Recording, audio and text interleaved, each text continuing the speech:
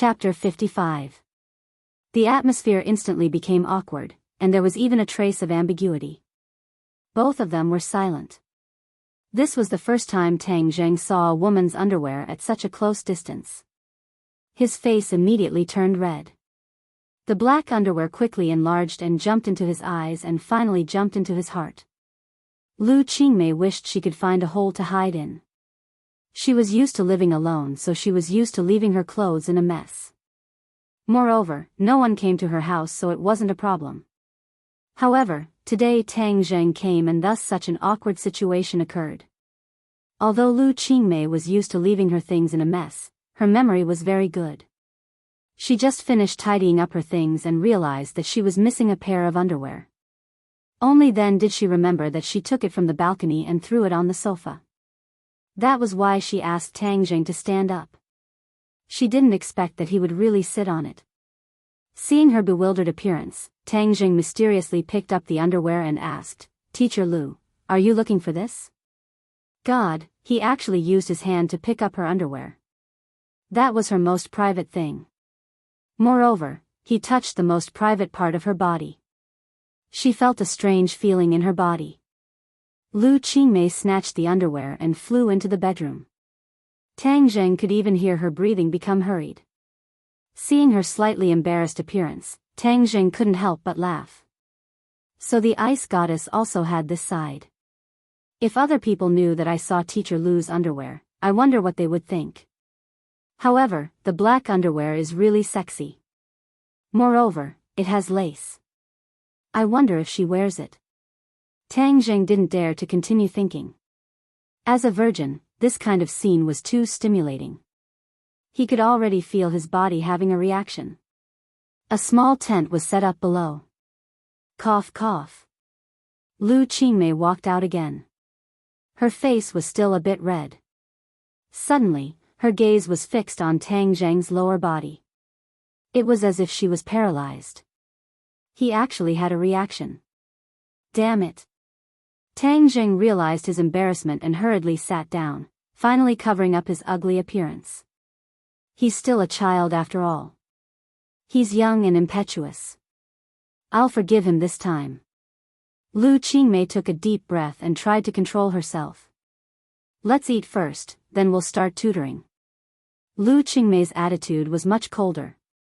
She hoped to use this coldness to cover up the awkwardness just now. Tang Zheng used his inner energy to suppress his restless thoughts. The two of them had a simple dinner together and then began to make up for the missed lessons. Lu Qingmei was an English teacher. At first, Tang Zheng thought that she was only good at English.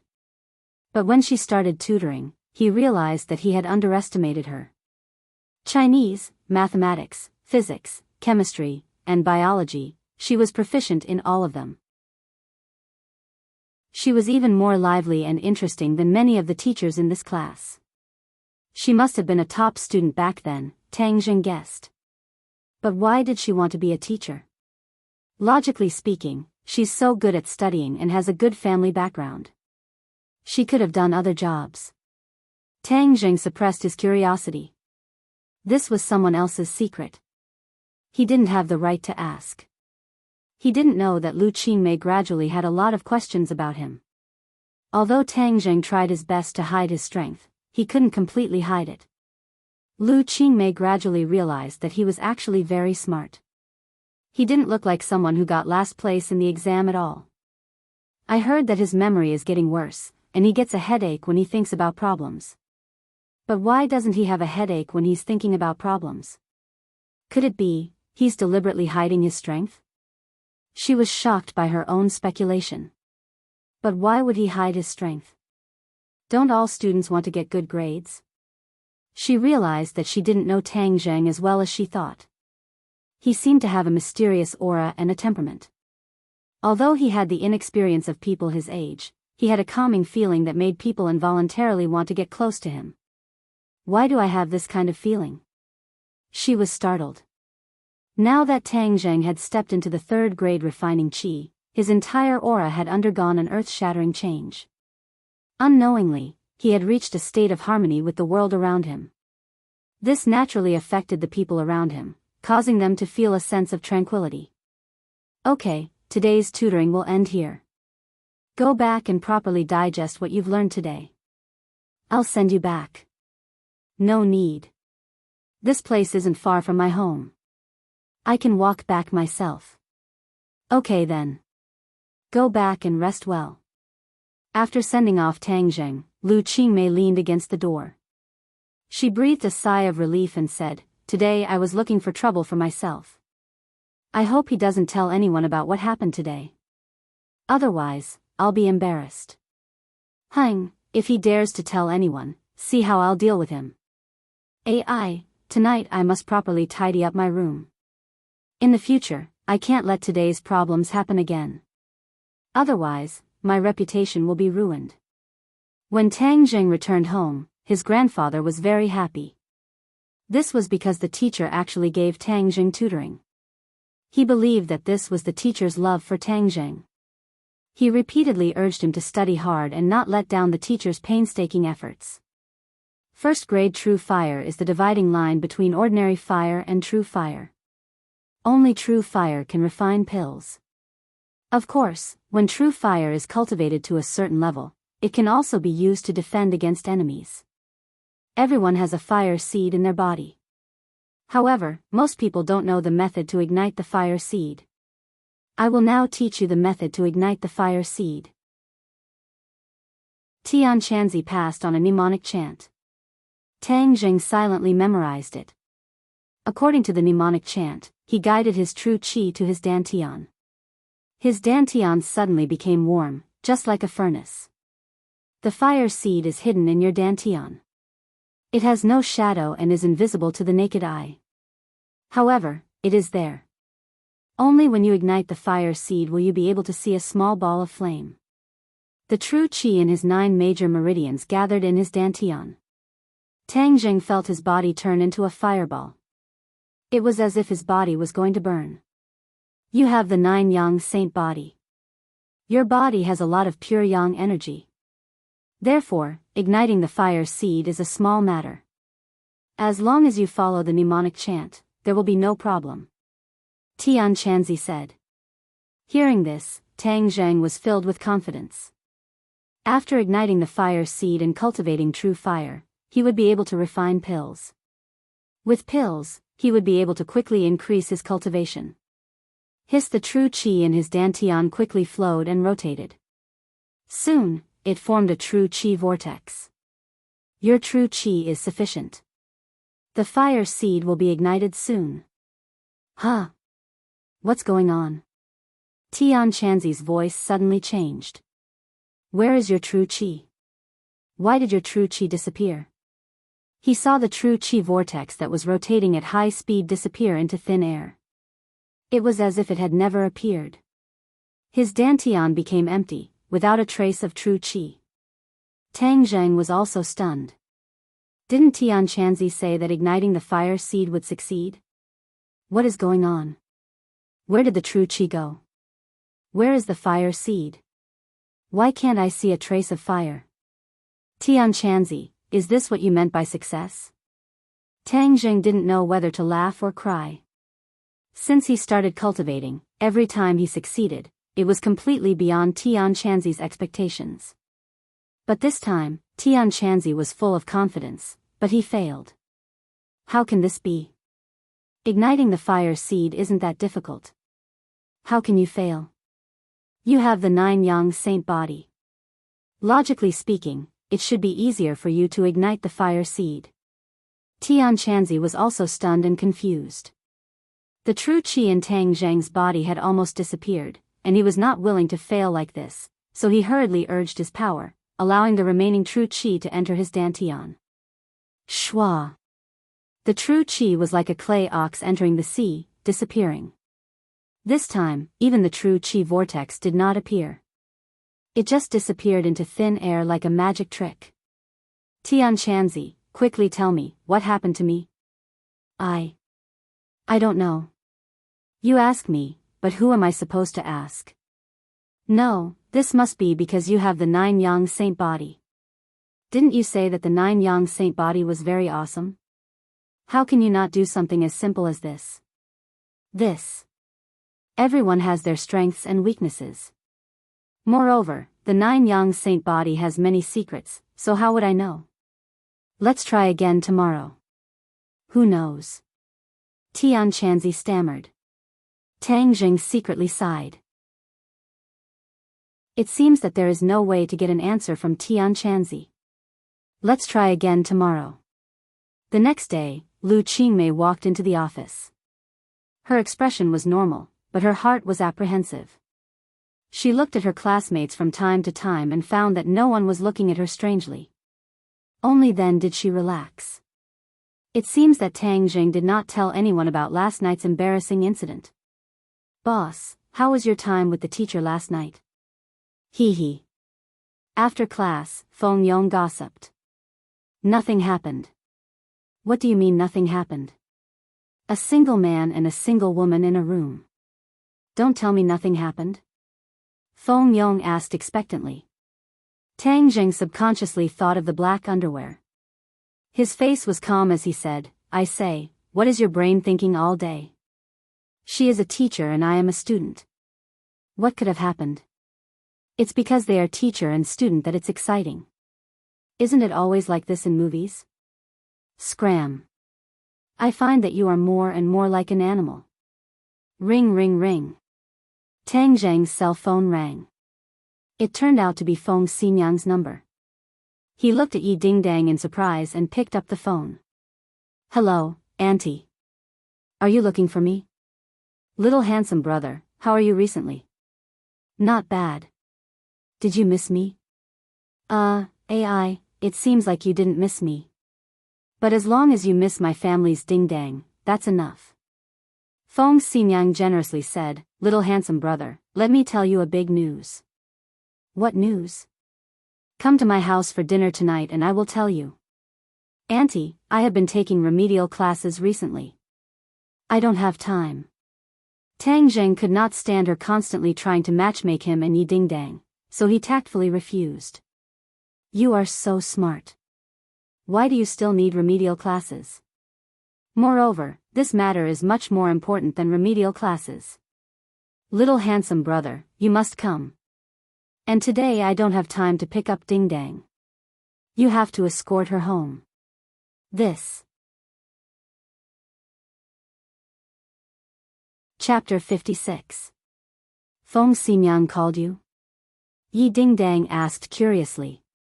Obviously, she heard Feng Xinyang's voice. Yes, she asked me to go to your house for dinner. What is she up to now? She is your mother. How would I know? She also said that she won't pick you up after school and asked me to go home with you. Yi Dingdang's eyes rolled around. What was wrong with Feng Xinyang? No, she had to figure it out.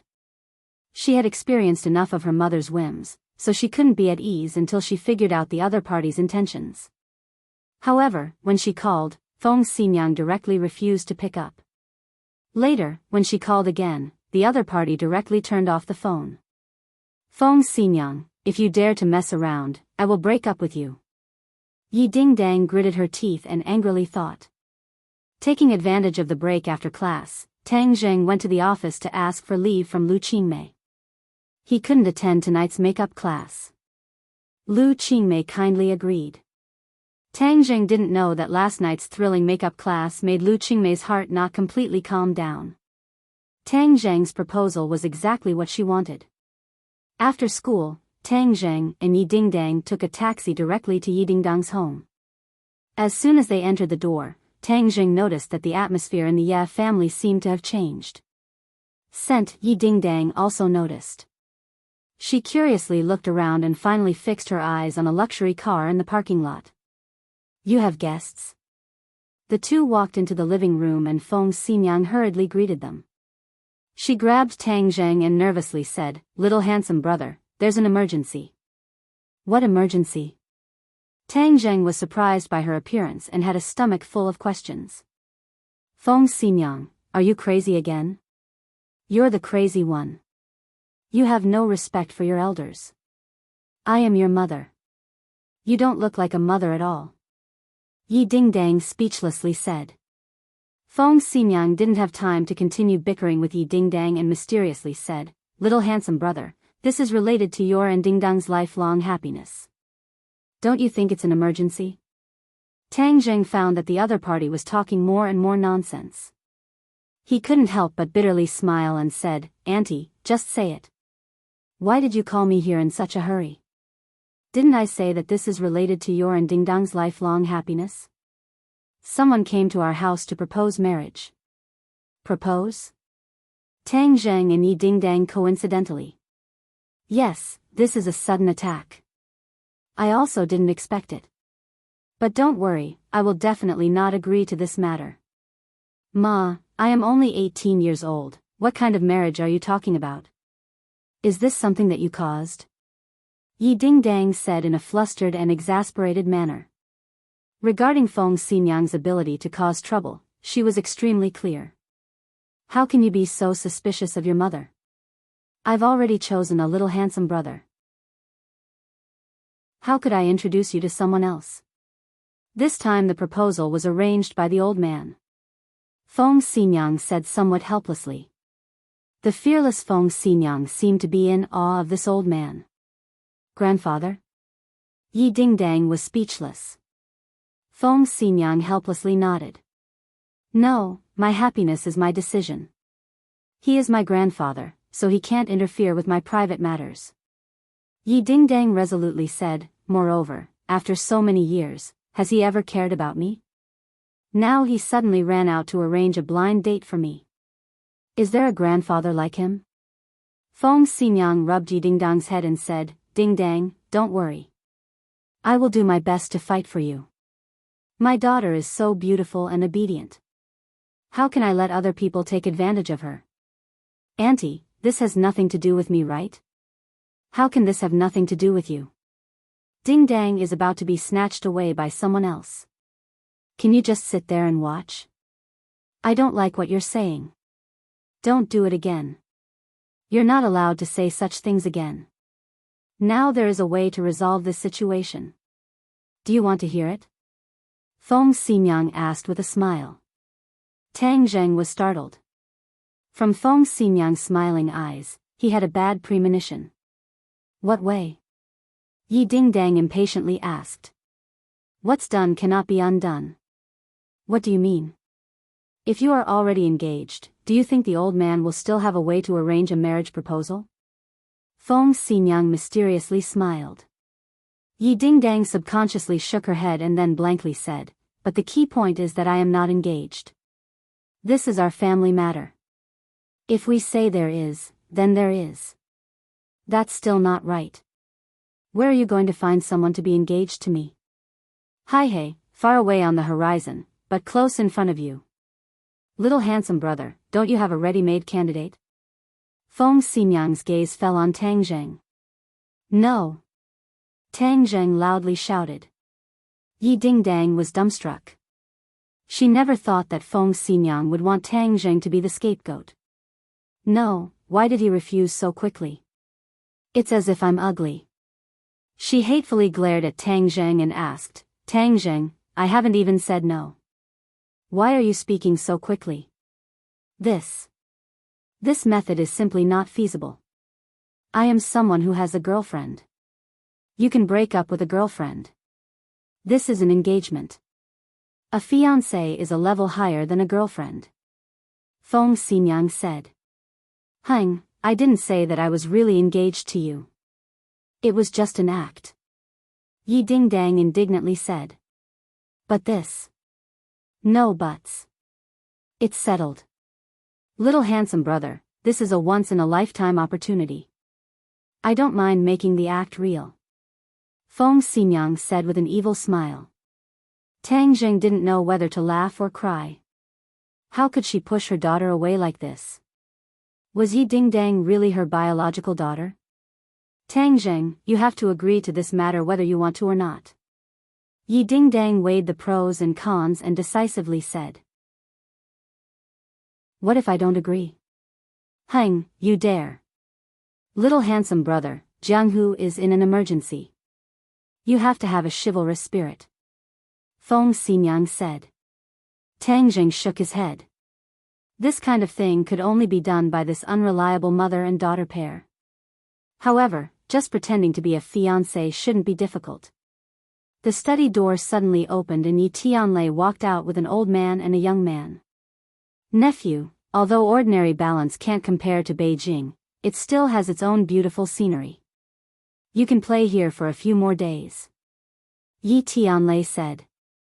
Many thanks for uncle's concern. This time I will definitely stay for a few more days. This is also my father's intention. Ding dang, you're out of school. Quickly come and greet the guests. Yi Tianlei suddenly waved at Yi Dingdang and said. Yi Dingdang suspiciously sized up the guests. This old man and young man were definitely not ordinary people. Their temperaments were extraordinary, especially the old man who gave people a feeling of showing off. He was like an unsheathed sword, making people not dare to look at him directly. Little Tang, you also came. Come, let me introduce you to a few guests. Yi Tianlei also saw Tang Zheng. His heart slightly moved, and he glanced at Feng Xinyang. Feng Xinyang winked at him. It's them. Tang Zheng didn't expect to see Song Yu and that Qin Lao at the Ye family. The one who came to propose marriage is Song Yu. Song Yu's gaze swept past Yi Dingdang's face and finally landed on Tang Zheng's face. He was slightly startled and couldn't hide his surprise. Qin Lao also looked at Tang Zheng in surprise. He suddenly remembered that Song Yu had said that he had a premonition that he would see Tang Zheng again. He didn't expect to meet him so soon. This world was too small. But then the two immediately remembered Tang Zheng's identity. He came from an ordinary family, so how could he have any relationship with the Ye family? Moreover, it seemed that they were very close. Tang Zheng, we meet again. Song Yu smiled and extended his hand. Yes, this world is too small. Tang Zheng said as he shook his hand. You know each other? Yi Tianlei and Feng Xinyang were both shocked. They were most clear about Song Yu's identity. How could Tang Zheng have any relationship with him? We met a few days ago at Ordinary Balance's residence. Song Yu explained. Yi Tianlei and his wife suddenly understood. This must be Dingdang's younger sister. As expected, her beauty is unparalleled. Song Yu said to Yi Dingdang. Yi Dingdang snorted and said, Who's your younger sister? Don't call me that. Dingdang, don't be rude. Yi Tianlei's face darkened as he scolded. Yi Dingdang pouted in a fit of pique. Song Yu said, Uncle, you can't blame Dingdang. I was rude. This is the first time I've met Dingdang. I really shouldn't have called her that. Dingdang, how are you? Let me introduce myself. My name is Song Yu. Our Song and Yi families have been friends for generations. You weren't in Beijing, so we haven't met before. But there will be many opportunities to meet in the future. I still don't know you. Yi Dingdang's tone was still as cold as ever. Song Yu was not angry and said in a lukewarm voice, Don't we know each other now?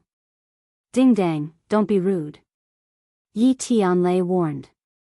He was afraid that Yi Dingdang would throw a tantrum again. Song Yu was not like other people. If she threw a tantrum with him, the gains would not make up for the losses.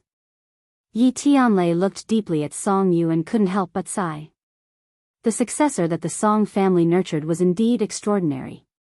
Although she was only in her 20s, her calm personality was not something that an ordinary person could compare to. With this kind of successor, the Song family would not have to worry about continuing to prosper. No wonder the old man arranged this marriage. Yi Tianlei knew that the old man's health was not what it used to be. He must find a strong ally for the Ye family. Marriage was undoubtedly a powerful method. But when Yi Tianlei saw Tang Zheng, he suddenly realized that his wife was using her actions to express her opposition. She did not approve of this marriage. Although Tang Zheng is a variable, if the old man is determined to settle this marriage, what other people can do to resist? Yi Tianlei thought helplessly. As a member of the Ye family, he was very clear about the old man's temper and strength. No one in the Ye family could resist the old man. "Dad, if there's nothing else, I'll go back to my room with Tang Jing first." Yi Dingdang suddenly intimately held on to Tang Zheng's arm like a couple glued to each other. "You." Yi Tianlei opened his eyes wide. It seemed that things were more complicated than he thought.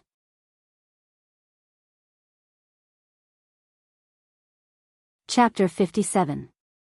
Feng Xinyang stood in front of Tang Zheng, blocking his gaze that was as sharp as a sword. Qin Lao was slightly startled and anger appeared between his brows. Song Yu smiled lightly and asked, "Tang Zheng, are you friends with Dingdang?" "He is my fiancé." Yi Dingdang raised her head as if to declare her sovereignty. Tang Zheng smiled bitterly to himself. Yi Dingdang had entered the role too quickly. He was definitely going to be the shield, but he didn't dislike it. He had a good relationship with the Ye family. Moreover, he didn't have a good impression of this kind of matchmaking. He didn't mind helping Yi Dingdang this once. However, he admired Song Yu's reaction. Even a blind person could see that he had a good relationship with Yi Dingdang, but Song Yu asked if they were friends. Yi Dingdang was also domineering. She directly lied and said that Tang Zheng was her fiancé. In an instant, the hall was so silent that you could hear a pin drop. The atmosphere became subtle. Even Yi Tianlei opened his eyes wide in shock. Obviously, he didn't expect Yi Dingdang to be so fierce. He looked at his wife again and saw a faint smile on her face. He suddenly understood. All of this must be his wife's idea. His wife never acted according to common sense. Only she would dare to do such a shocking thing to go against the will of the old man. This is going to be troublesome. Yi Tianlei was stuck in a dilemma. Fiancé? Song Yu looked at Tang Zheng and Yi Dingdang with a smile that wasn't a smile. Yi Dingdang hugged Tang Zheng's arm even tighter. It was as if she was afraid that Song Yu would notice something. Tang Zheng felt the softness on his arm and couldn't help but glance at her chest. In order to complete the scene, she didn't expect that the two of them would have such intimate physical contact. "Tang Zheng, you're so lucky to have such a beautiful fiancé." Song Yu's voice was a little ethereal, so no one could tell what he was feeling. Tang Zheng knew that he couldn't back down now. Since the fake show had already started, he had to act according to the script. Moreover, he had to act more realistically. Therefore, Tang Zheng nodded politely and said, "Thank you. My luck has always been good." "How dare you!" Suddenly, Qin Lao couldn't hold it in any longer and shouted loudly. His voice was like a great bell, and the entire hall was filled with this voice. It was like the rumbling of thunder, causing people to feel dizzy. Yi Tianlei's expression changed slightly. "Qin Lao." Qin Lao coldly snorted. His gaze was like a sword as he looked at Tang Zheng. However, his gaze was blocked by Feng Xinyang. Song Yu was separated by Feng Xinyang, so she couldn't clearly see Tang Zheng's reaction. However, an ordinary person would definitely be shaken by this lion's roar. In serious cases, they might even suffer internal injuries. Tang Zheng naturally wasn't injured. Firstly, Feng Xinyang had neutralized most of the lion's roar's power. Secondly, he had the ancient clear heaven scroll to protect his body. "Tang Zheng, we finally meet again. Why don't we have a good chat? I believe we will have a lot to talk about." Song Yu continued. "We're tired. We'll go back to our rooms first." How could Yi Dingdang allow them to be alone? What if Tang Zheng exposed themselves? So, without any explanation, she pulled Tang Zheng into her room. Yi Tianlei couldn't help but secretly shake his head. How did things become like this? He was the only one who could clean up this mess. He forced out a smile and said, "Nephew, Dingdang is too headstrong. Please don't take offense." Song Yu smiled and shook her head. Dingdang is still young. It's normal for her to be headstrong. Who doesn't have headstrong moments? "Uncle, what do you think?" When Yi Tianlei heard this, he didn't know what to say. "Yi Tianlei, what is going on?" Qin Lao couldn't help but ask. This. Before Yi Tianlei could think of an explanation, Song Yu spoke first. Uncle, we have just arrived. Can we stay in Uncle's house for a few days? This, of course you can. Yi Tianlei hesitated for a moment before agreeing. This was a reasonable request. If he didn't agree, then he would be too unreasonable. Feng Xinyang's gaze changed slightly. She looked at Song Yu thoughtfully. Yi Tianlei ordered people to bring Song Yu and Qin Lao away to rest. Feng Xinyang, you're too daring. Look at what you've done this time. How are you going to clean up this mess? Yi Tianlei said angrily. I've always been daring. Didn't you know that when you chased me that year? Moreover, I don't think there's anything wrong with this. This is a natural development. Naturally, there will be an outcome. Why would I need to spend energy thinking about how to clean up this mess? Feng Xinyang said without a care. Yi Tianlei shook his head and smiled bitterly. How could it be as simple as you think? How are we going to get past the old man? What about the Song family's face? What does the Song family's face have to do with me? I'm not part of the Song family.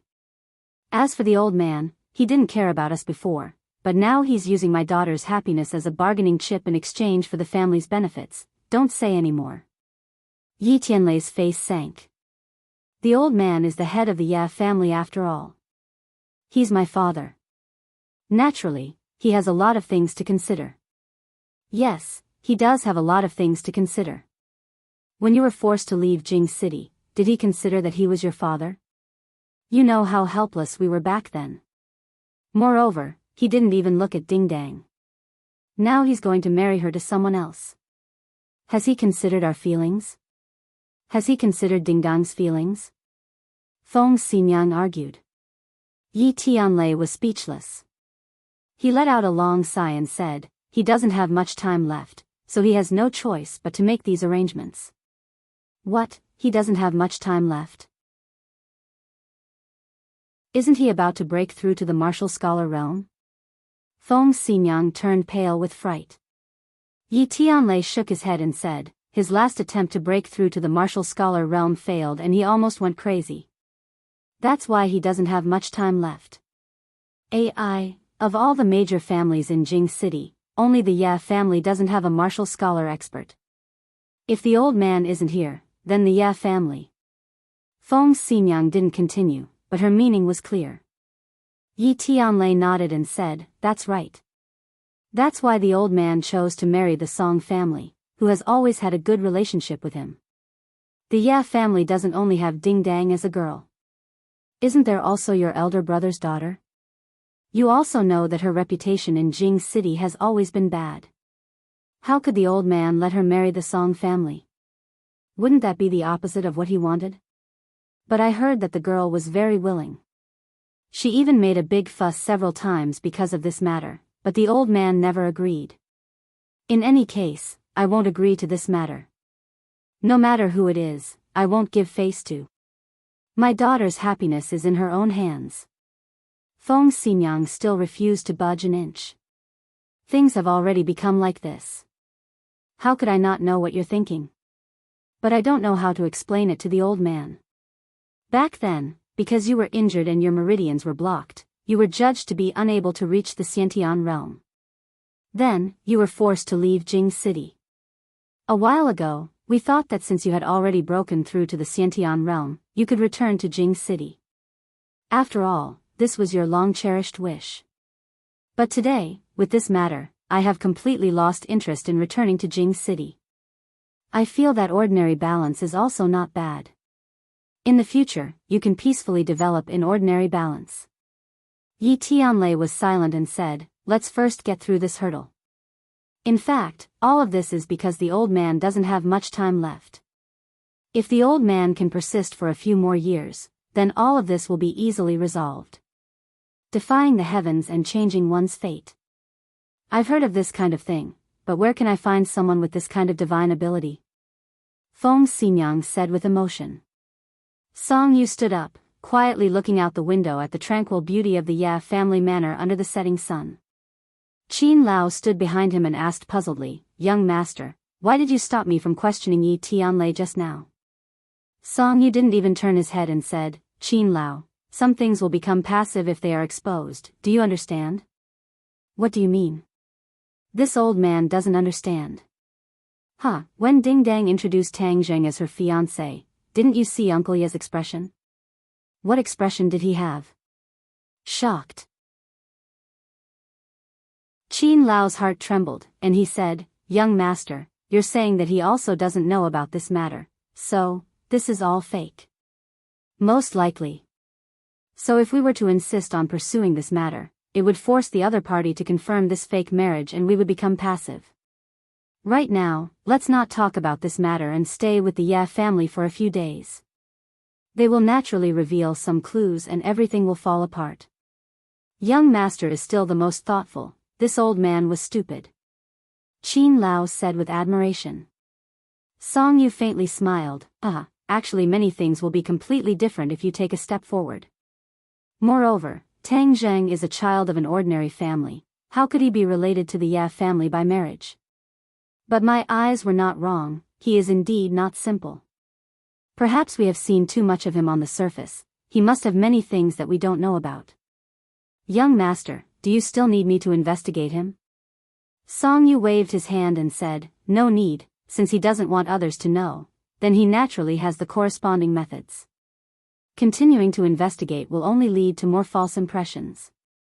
I trust my own eyes more." As he said this, he pointed to his own eyes, bursting with strong confidence. In Yidingdang's boudoir, Tang Zheng couldn't help but look around. Her room was very neat and tidy, without a speck of dust. Presumably, there was someone who tidied and cleaned it every day. The style of the room was more robust than a normal girl's room, especially the words hanging at the head of the bed. It was a large-framed, martial character, showing her infatuation with martial arts. "You like martial arts that much?" Tang Zheng asked. "Nonsense, of course I like it, my dream is to become a martial scholar."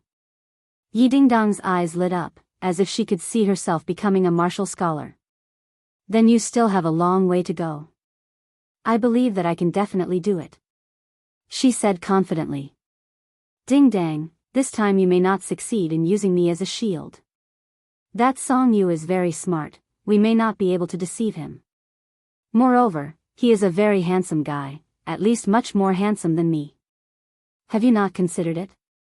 "Consider your ass, no matter how handsome he is, I will not consider it. I hate it the most when other people tell me what to do with my life. I have to make my own decisions, not to mention when it comes to marriage, I will not listen to anyone."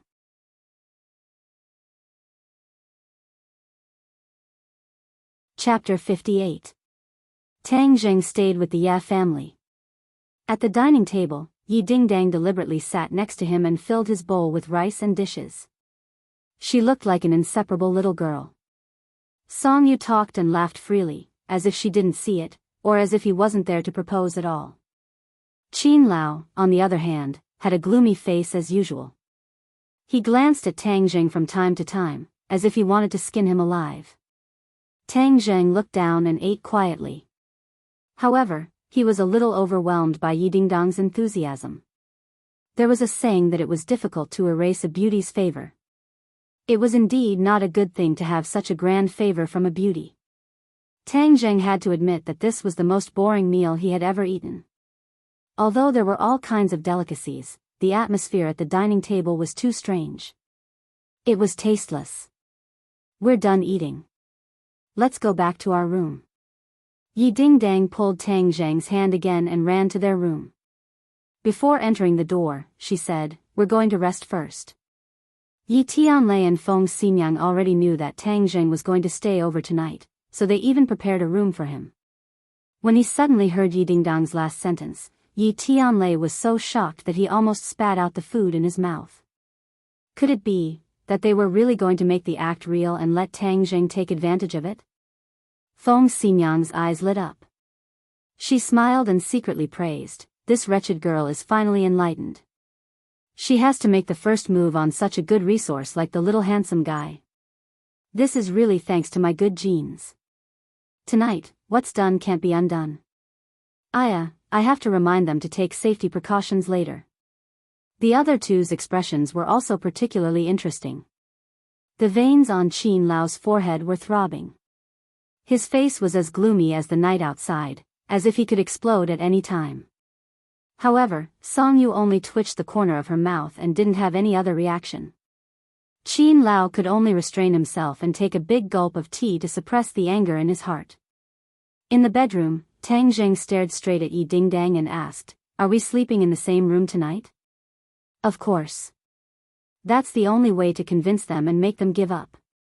Yi Dingdang clenched her snow-white teeth, seemingly ready to throw caution to the wind. "But we're a man and a woman alone in a room, don't think too much. Let me tell you, you'll sleep on the floor and I'll sleep on the bed. If you dare to mess around, humph, be careful that I'll castrate you." Yi Dingdang waved her fist and threatened. "You're no match for me. Your threats are useless." Tang Jing smirked. "This is my home. If you dare to do anything bad to me, my parents won't let you get away with it." Yi Dingdang bit her lip. She didn't know whether it was good or bad that she had invited a wolf into her house. "Hee, you were the one who took the initiative to pull me in. I believe that they have also tacitly agreed. You don't even think about it. You can't take advantage of others." "Okay, then I won't take advantage of others. But I have to sleep on the bed and you sleep on the floor. How can that be? Don't you have any gentlemanly spirit?" "I never said that I was a gentleman," Tang Jing roguishly said. "I didn't think that you were this kind of person." "Okay, I promise you. You sleep on the bed and I sleep on the floor." Tang Zheng was slightly startled as he didn't think that she would compromise so easily. He originally only wanted to tease her and didn't really want her to sleep on the floor. But now it was hard for him to say anything. It seems that I can only wrong her for one night." Yi Dingdang bitterly glared at him and muttered, "Stingy bastard. You're not a man at all." Tang Zheng sat on the bed. A faint fragrance entered his nose and he couldn't help but feel restless. This was a girl's bed. This was his first time on a girl's bed. Moreover, this bed was very soft. It was much more comfortable than his wooden bed. "Hey, what are you thinking about?" "Nothing much. I'm warning you. You're not allowed to think nonsense. I'm going to read for a while. Don't run around." She finished speaking and went to her desk to read. Tang Zheng was bored to death. He simply closed his eyes. In a strange environment with outsiders around, he didn't dare to rashly cultivate. Otherwise, if he was disturbed, he might go crazy. He closed his eyes to rest. He began to recall the knowledge that he had learned in the past 10 years. He found that his thoughts were becoming clearer and clearer. Moreover, his logic was becoming stronger and stronger.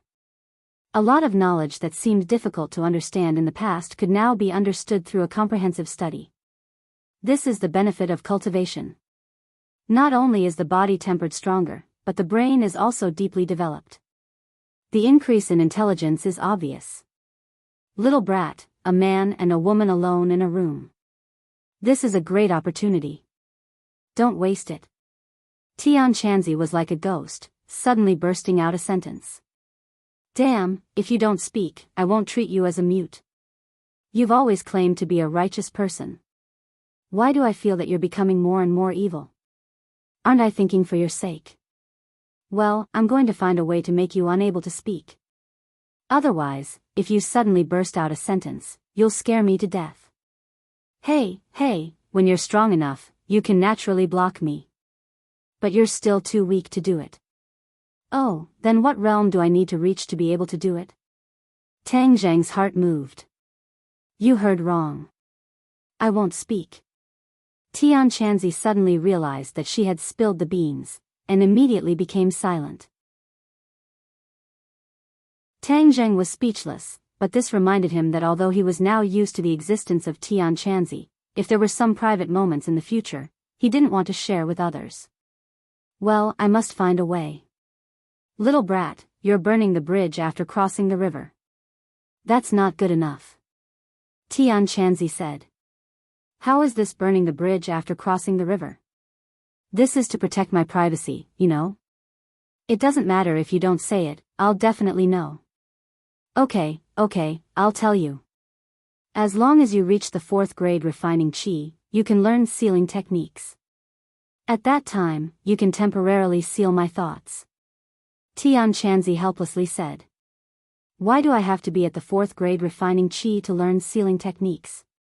Why can't I learn it now? Tang Zheng said in disbelief. I'm really not lying to you. Do you think sealing techniques are that simple? Sealing techniques can not only seal me, but can also seal a living person, making them unable to speak, or even seal a person's consciousness. Isn't that the same as turning people into wood? In any case, the sealed person is almost the same as a piece of wood. But this also has a time limit. If one's skills are strong enough, they can be sealed for hundreds of years. Dong dong. A knock on the door interrupted the conversation.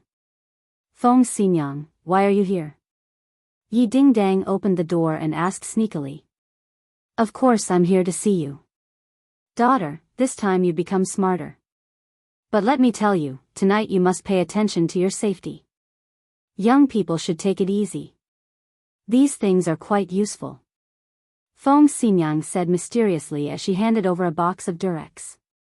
Feng Xinyang, are you looking for death? Why are you giving me these things? Yi Dingdang's face immediately turned red like an apple, as if she was about to go berserk. Young people really don't understand. This is a safety measure, you know? Quickly take it. There's also Tang Zheng's pajamas. I just had someone go buy it. Just wear it, I won't disturb your good time. Hi hey, daughter, good luck. Feng Xinyang winked meaningfully and then quickly walked away. Yi Dingdang didn't know whether to laugh or cry as she took Tang Zheng's pajamas and a box of Durex. She already didn't know what to say. What's your mom doing here? Suddenly, Tang Zheng asked from behind him. Ah, she's here to give you pajamas. Auntie is really thoughtful. Give it to me. Tang Zheng took the pajamas. Suddenly, a box of strange things fell to the ground, immediately attracting Tang Zheng's attention. Durex. Tang Zheng immediately recognized it. Yi Dingdang also saw the Durex and immediately realized that it fell when she handed him the pajamas. At this time, she wished she could find a hole to hide in. Feng Xinyang, I'm going to kill you. She hysterically roared in her heart. Then, with lightning speed, she stepped on the Durex and stammered, You go take a bath and rest. Tang Zheng gave a meaningful smile and went to the bathroom with the pajamas. That smile made Yi Dingdang feel ashamed. He wouldn't think that I have ulterior motives towards him, right? How could that be? In all honesty, all of this was done by Feng Xinyang. Feng Xinyang, under the heavens, is there anyone who would cheat their own daughter like you? Am I still your biological daughter? She wanted to cry but had no tears. Fortunately, Tang Zheng went into the bathroom. He quickly picked up the flattened Durex and, like a dead mouse, impatiently threw it into the trash can. Tonight, I must not sleep too soundly. I must be on guard against him. If he really dares to have any bad intentions, humph, I'll castrate him. Hearing the sound of water coming from the bathroom, she immediately realized that he was the first man to use her bathroom. She could not help but hatefully stomp her feet. He really got off easy. Forget it, this is just a temporary measure. First, I'll trick that surnamed Song into leaving and then I'll deal with him. The pajamas your mom sent over are quite fitting. Tang Zheng finished washing up and walked out. Yi Dingdang glared at him and said, I'm going to take a bath. You're not allowed to peek. Please, who would peek at you? I was just afraid that you would peek at me. Only a ghost would peek at you. Since you're afraid of peeking, then you don't have to take a bath. After all, you're sleeping on the floor. Tang Zheng shrugged and suggested. This is my home. If I want to take a bath, then I'll take a bath. It's none of your business. Yi Dingdang was raised to take a bath before going to bed. If she did not take a bath, she would not be able to sleep. She carefully entered the bathroom and hurriedly took off her clothes. Looking at her exquisite body in the mirror, she couldn't help but secretly exclaim, "My body is so beautiful, I must protect it well. I absolutely can't let him take advantage of me." Her body was indeed beautiful. Moreover, it was a very healthy kind of beauty. She had been practicing martial arts since she was a child. Her body was well proportioned and tight. Moreover, there was a waistline. Her body was better than many girls who worked out in the gym. She did not dare to take a long bath like usual. She hurriedly took a bath and then put on her pajamas. Moreover, she specifically wore pajama pants. After making sure that she was not exposed, she walked out of the bathroom. She found that Tang Zheng was already lying on the bed. That look of enjoyment made her want to drag him down and beat him up. Suppressing the anger in her heart, she took out another set of quilts and threw them on the ground. Then, she wrapped herself up like a dumpling. She kept telling herself not to sleep too deeply. Sleepiness came, and in the end, she still fell asleep.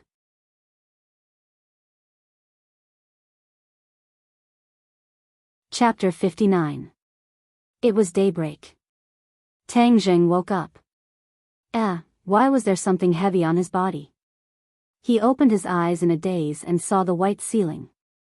Only then did he remember that he was not in his own house, but Yi Dingdang's bedroom. No, Yi Dingdang. He stared at the heavy object on his body. It was a person, Yi Dingdang. Half of her body was on top of him, and her hands were hugging his waist as if she was hugging a stuffed animal. Her head was leaning on his shoulder. Tang Zheng turned his head slightly and saw her beautiful face. There was a trace of laziness and a lock of hair covering her white face, making her look a little playful. Tang Zheng could even feel her gentle breathing. It was warm and ticklish on his neck. She is so beautiful. Tang Zheng let out a silent praise. She was a perfect sleeping beauty, causing others to want to commit a crime. Half of her body was on top of him, and her chest was in intimate contact with Tang Zheng. His breathing quickened involuntarily and his body felt like it was going to burn. And then suddenly, she made a sound and smacked her cherry lips. She opened her sleepy eyes. Suddenly, her eyes widened and she stared straight at Tang Zheng. "Ah!" she screamed. Tang Zheng reacted quickly and covered her mouth when she only shouted the first syllable. "Don't scream." Woo-woo, Yi Dingdang kept struggling. Her eyes were about to spit fire.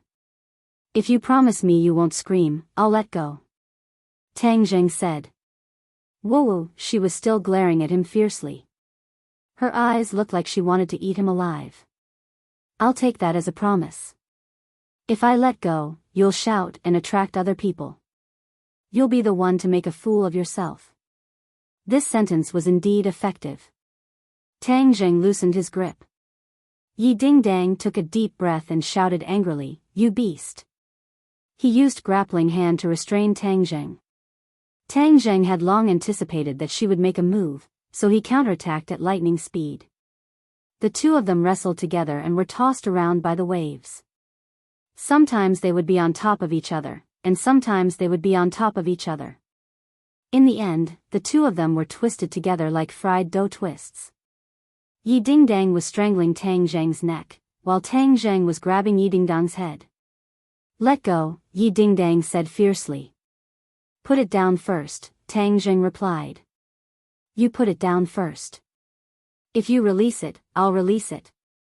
Beast, I'll kill you. What right do you have to scold me? You did that to me. If you're not a beast, then what are you? What did I do to you? Speak clearly. Moreover, look clearly. This is a bed. I was the one who slept in the bed last night. It was clearly you who climbed into my bed in the middle of the night and plotted against me," Tang Zheng said. Yi Dingdang suddenly remembered that she had woken up on the bed. Moreover, she had done such intimate actions with him. Could it be that she really did climb into his bed in the middle of the night? No, even if I did it, I can't admit it. Otherwise, I would die of embarrassment. Does waking up on the bed prove that you didn't do anything bad? Maybe you took advantage of me being asleep and carried me to the bed, and then plotted against me. Yi Dingdang righteously said. Tang Zheng was dumbstruck. There was actually such a twisted logic person in this world. Hung, you have nothing to say. Yi Dingdang was very pleased with herself. Suddenly, her eyebrows knit together and she suspiciously asked, "What are you pointing at me with? You even brought a weapon?" Ah. Tang Zheng was ashamed. It was early in the morning and he was already in high spirits. After wrestling, the two people's bodies inevitably came into contact with each other, so his body reacted. Yi Dingdang wasn't an idiot. After a while, she realized what it was. She was both ashamed and angry. Tang Zheng, you beast. I'm going to kill you. Hurry and let go of me. Tang Zheng knew that if this continued, it would only become more and more awkward. He quickly let go of his hand and slid off the bed like a loach, retreating 3 steps back. Yi Dingdang jumped up and like a white crane flapping its wings, she threw herself at him. Tang Zheng's feet slipped, avoiding direct contact with her. Suddenly, the room was filled with a dangerous aura. Dong dong. Feng Xinyang knocked on the door. Wake up. Eat breakfast and go to school. The two people's movements suddenly stopped. Hurry and open the door. Don't laze around in bed. Mom, stop knocking. We're already up. If you're up, then open the door for me. Feng Xinyang said without giving up. Yi Dingdang was helpless. She could only open the door a crack and said, "See, we're really up." Feng Xinyang peeked through the crack in the door and coincidentally saw the messy bed. She immediately understood and smiled. In a low voice, she said, you young people don't know how to control yourselves. The bed is so messy, it will take a long time to clean it up." Yi Dingdang's face was red to the neck. She angrily said, "Feng Xinyang, no one will think you're a mute if you don't talk." She slammed the door. "Tang Zheng, it's all your fault." "How is it my fault? It was clearly you who wanted me to act out this show. You even wanted me to stay in the same room as you. Now you're saying it's my fault. You're too unreasonable." Tang Zheng said unhappily. "Tang Zheng, you're not allowed to tell anyone about what happened last night. Otherwise I'll really kill you. Don't worry. I won't tell anyone that someone climbed into my bed last night. In the end, they even framed me." Yi Dingdang angrily stomped her feet. The two people finished washing up, changed their clothes, and walked out of the room. Breakfast was already prepared. It was still early and the others were not up yet. After eating breakfast, Feng Xinyang sent the two to school. Along the way, Feng Xinyang smiled very strangely. From time to time, she meaningfully looked at the two people. She thought that it was good to be young. After a night of torment, they were still energetic during the day. "Little handsome brother, come to our house for dinner tonight." Feng Xinyang invited when they got out of the car. "No, he can't come tonight," Yi Dingdang hurriedly said. "Why?" "He has something to do." Yi Dingdang did not want to face Tang Zheng again tonight. Who knows what will happen? That would be too easy for him. Tang Zheng also did not want to continue. Acting was too tiring. "Yes, Auntie. I have something to do tonight. I can't go." "Oh, that's a pity."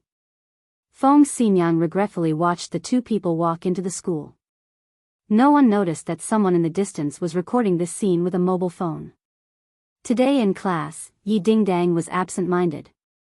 Her mind kept recalling what happened between the two of them last night. He got off too easy. I have to be more careful in the future. Now there are wolves in front and tigers behind. Heavens, why is my Yi Dingdang life so hard? While she was feeling sorry for herself, Tang Zheng discovered an amazing harvest. The true qi in his body increased a lot. But he did not practice martial arts last night. That could only be because he absorbed pure Yin energy. Last night, he and Yi Dingdang had close physical contact for almost the entire night.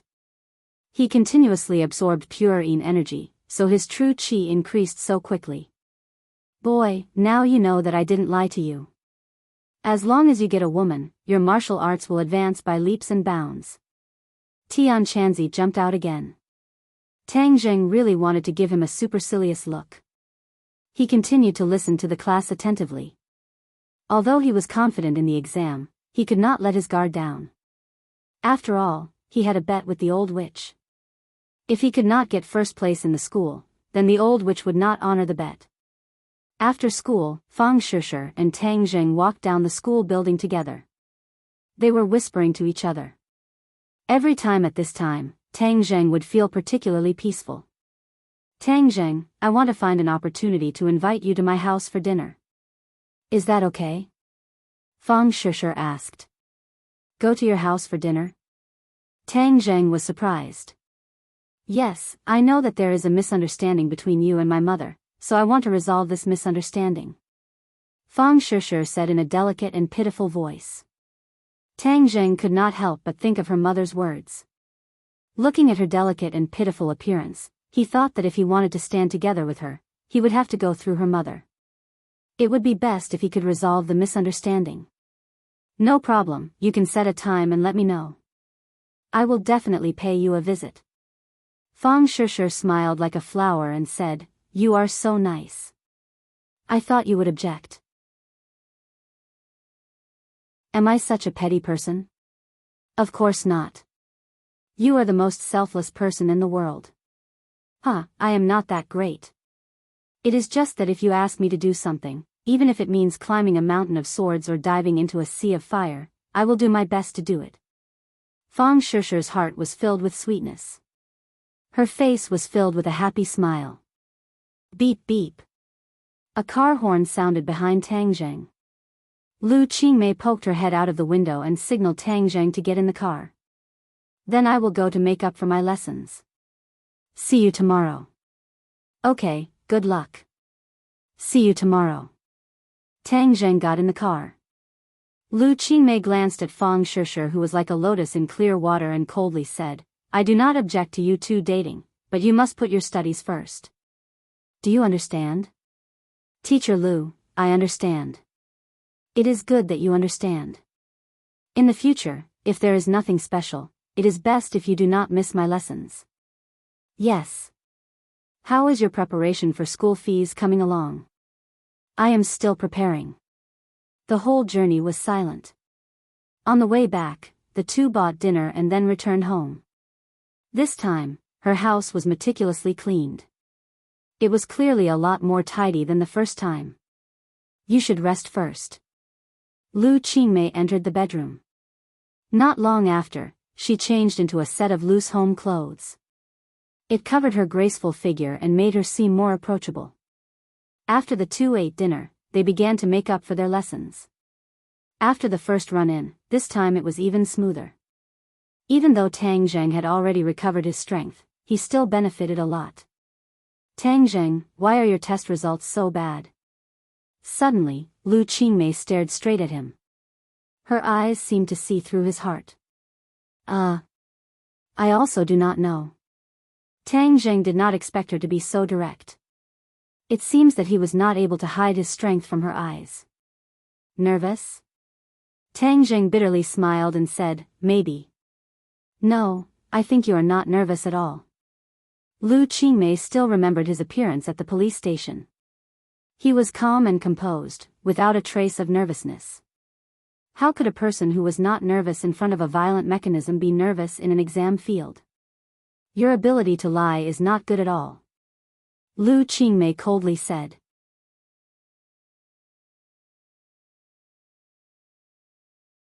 Chapter 60. Fang Shishir watched as Lu Qingmei's mini drove off into the distance. Just as she was about to walk towards the school gate, she heard someone call her name. Xiao Fei, you called for me? Fang Shishir looked at Xiao Fei, who was hurrying over, and asked. Xiao Fei pretended to be calm and said, Yes, I have something to talk to you about. What is it? Let's talk over there. Xiao Fei said as he pointed towards the school gate. Fang Shishir did not suspect anything as she followed him and said, Speak, what is it? Xiao Fei had targeted Tang Zheng before, so Fang Shishir did not have a good impression of him. Do you know where Tang Zheng spent the night last night? Xiao Fei asked. Of course, it's his home. Home? He told you. If you don't have anything else, then I'll go home first. Fang Shishir did not want to say more. You were tricked by him. He didn't go home last night. He went to Yi Dingdang's house and stayed there the entire night. Seeing that Fang Shishir was about to leave, Xiao Fei impatiently said as he felt a sense of satisfaction from his revenge. Fang Shishir's face instantly changed as she said, Don't talk nonsense. Huh, how could I talk nonsense? I have evidence. Look. Xiao Fei opened the photo on his phone. It recorded that yesterday Tang Zheng and Yi Dingdang left together in a car. This morning the two came to school in the same car and acted intimately. Fang Shishir stared at the photo in a daze, her heart in a mess. Could it be that he really went to Yi Dingdang's house to spend the night? Why didn't he tell me? Just what did they do? Most women, when faced with this kind of situation, would inevitably let their imagination run wild and be at a loss for what to do. Fang Shishir, you are wholeheartedly loyal to him. He is lying to you. This kind of person is a big liar. Don't ever trust him again. Xiao Fei saw that the time was right and immediately tried to drive a wedge between them.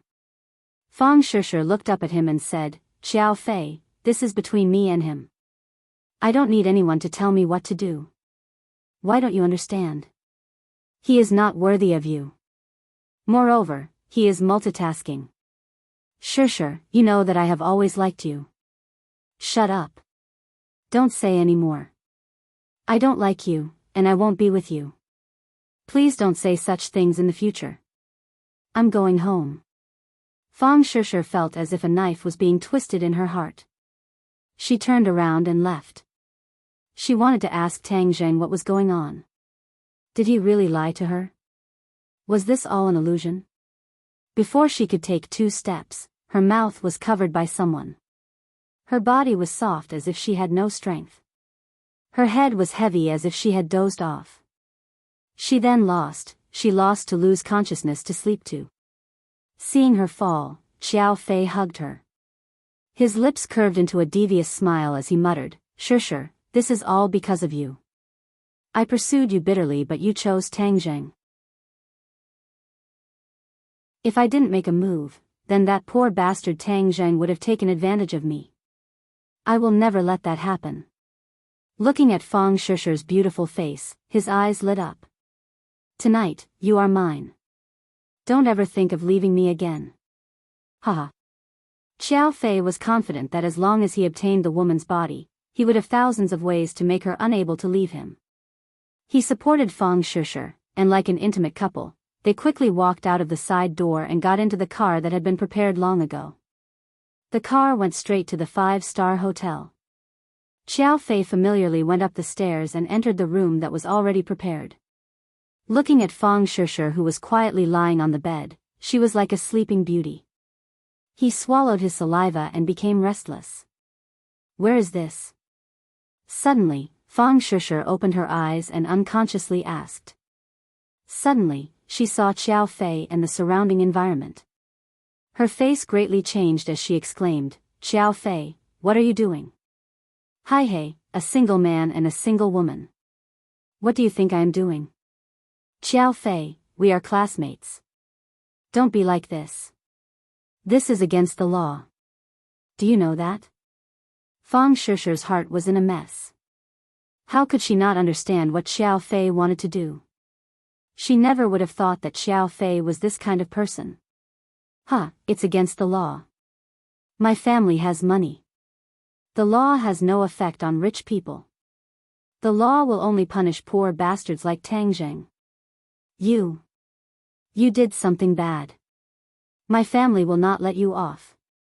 Hi hey, maybe after we get together, your family will be even happier. Our two families will be united by marriage. This will be a good story for both our families. No, I don't like you. I will not let you succeed. Fang Shishir bit her lips and resolutely said. Xiao Fei laughed, this is not up to you. Right now I have the final say. Do you think you can still resist? Fang Shishir struggled to stand up but found that her whole body was sore and weak. What did you do to me? Just a little trick. This will make the game more interesting. Moreover, I dare to guarantee that after you experience my good side, you will definitely not leave me again. You're dreaming. No, what I said is the truth and not a dream. Because in a moment I will record your moving side. This kind of moving and beautiful side should be kept as a memento. But if you leave me in the future, these beautiful things will spread throughout the world. Shameless.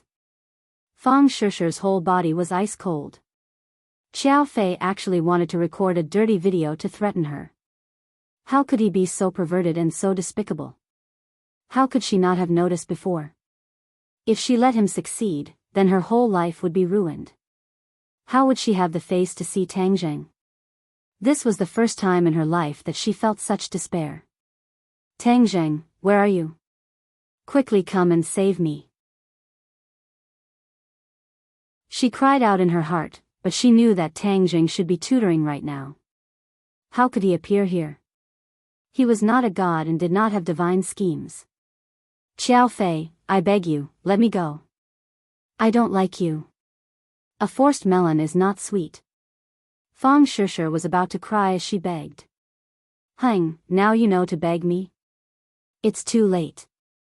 I used to be so good to you, but you turned a blind eye and chose that poor bastard Tang Zheng. You have broken my heart. Tonight, no one can save you. From now on, you are mine. In a moment I will be a bit more gentle and let you know what it's like to be a man. These unbearable words made Fang Shishir's face and ears turn red.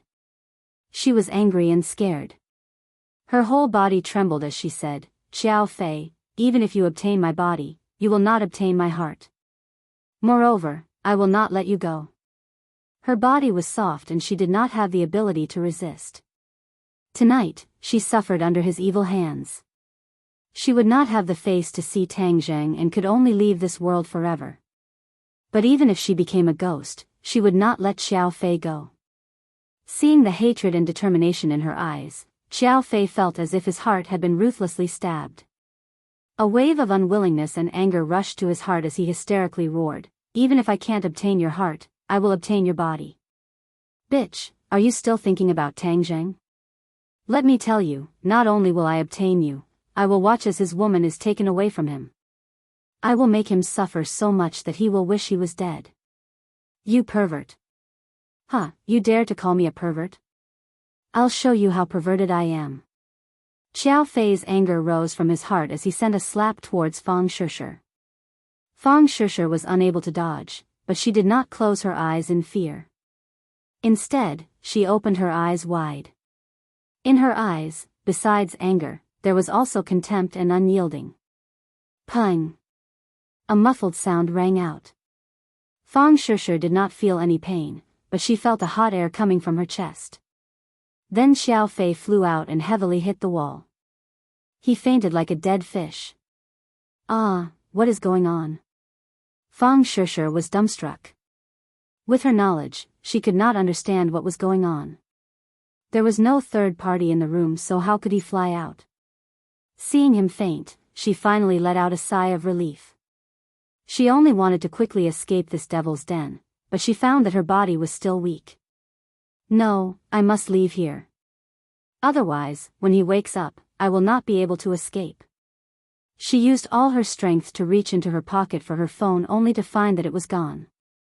Xiao Fei must have taken it away. What should I do? What should I do? I can't walk. I must call someone to come to the hotel and save me. Suddenly, her eyes fell on the phone at the head of the bed. Right, use this phone. She stretched out her hand with difficulty and a number immediately jumped into her mind. She did not even think about it and directly dialed the number. At this time, the first person she thought of was not her family, but Tang Zheng. It seems that she subconsciously believed that Tang Zheng could save her. Sorry, the number you have dialed is currently busy. The line was busy. Fang Shishir was close to despair. Just as she was about to call her family, her hands suddenly froze. Because Qiao Fei woke up. F***ck, it hurts so much. Suddenly, Qiao Fei loudly shouted. She hopelessly looked at Qiao Fei, who had already stood up. Qiao Fei shook his head and blankly looked around. He did not find a third party, and Fang Shishir was still lying on the bed. What is going on? Am I hallucinating? No, how could this be an illusion? He clearly remembered that he was sent flying by a strong force and then lost consciousness. Evil, F***ck, I don't believe that even the heavens cannot stop me from getting her. He had already been completely blinded by anger and desire. Fang Shishir, tonight you are mine. He laughed nastily and once again threw himself at Fang Shishir.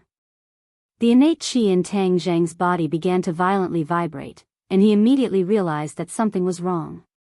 This was not his own problem, but someone else's problem. The Imperial Spirit Array had been activated, and he had a kind of telepathy with the array. But he was unable to determine who was in danger.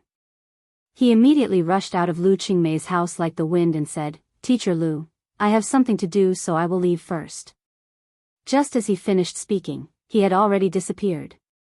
Lu Qingmei's eyebrows slightly wrinkled as she stared at the door. She muttered to herself, "Escape, I want to see how long you can escape for." She mistakenly believed that Tang Zheng had his secret exposed and did not know how to face it, so he found an excuse to escape. Young people will always be young people. They are still too impatient and expose themselves after being tricked by my words. Tang Zheng did not run around like a headless fly.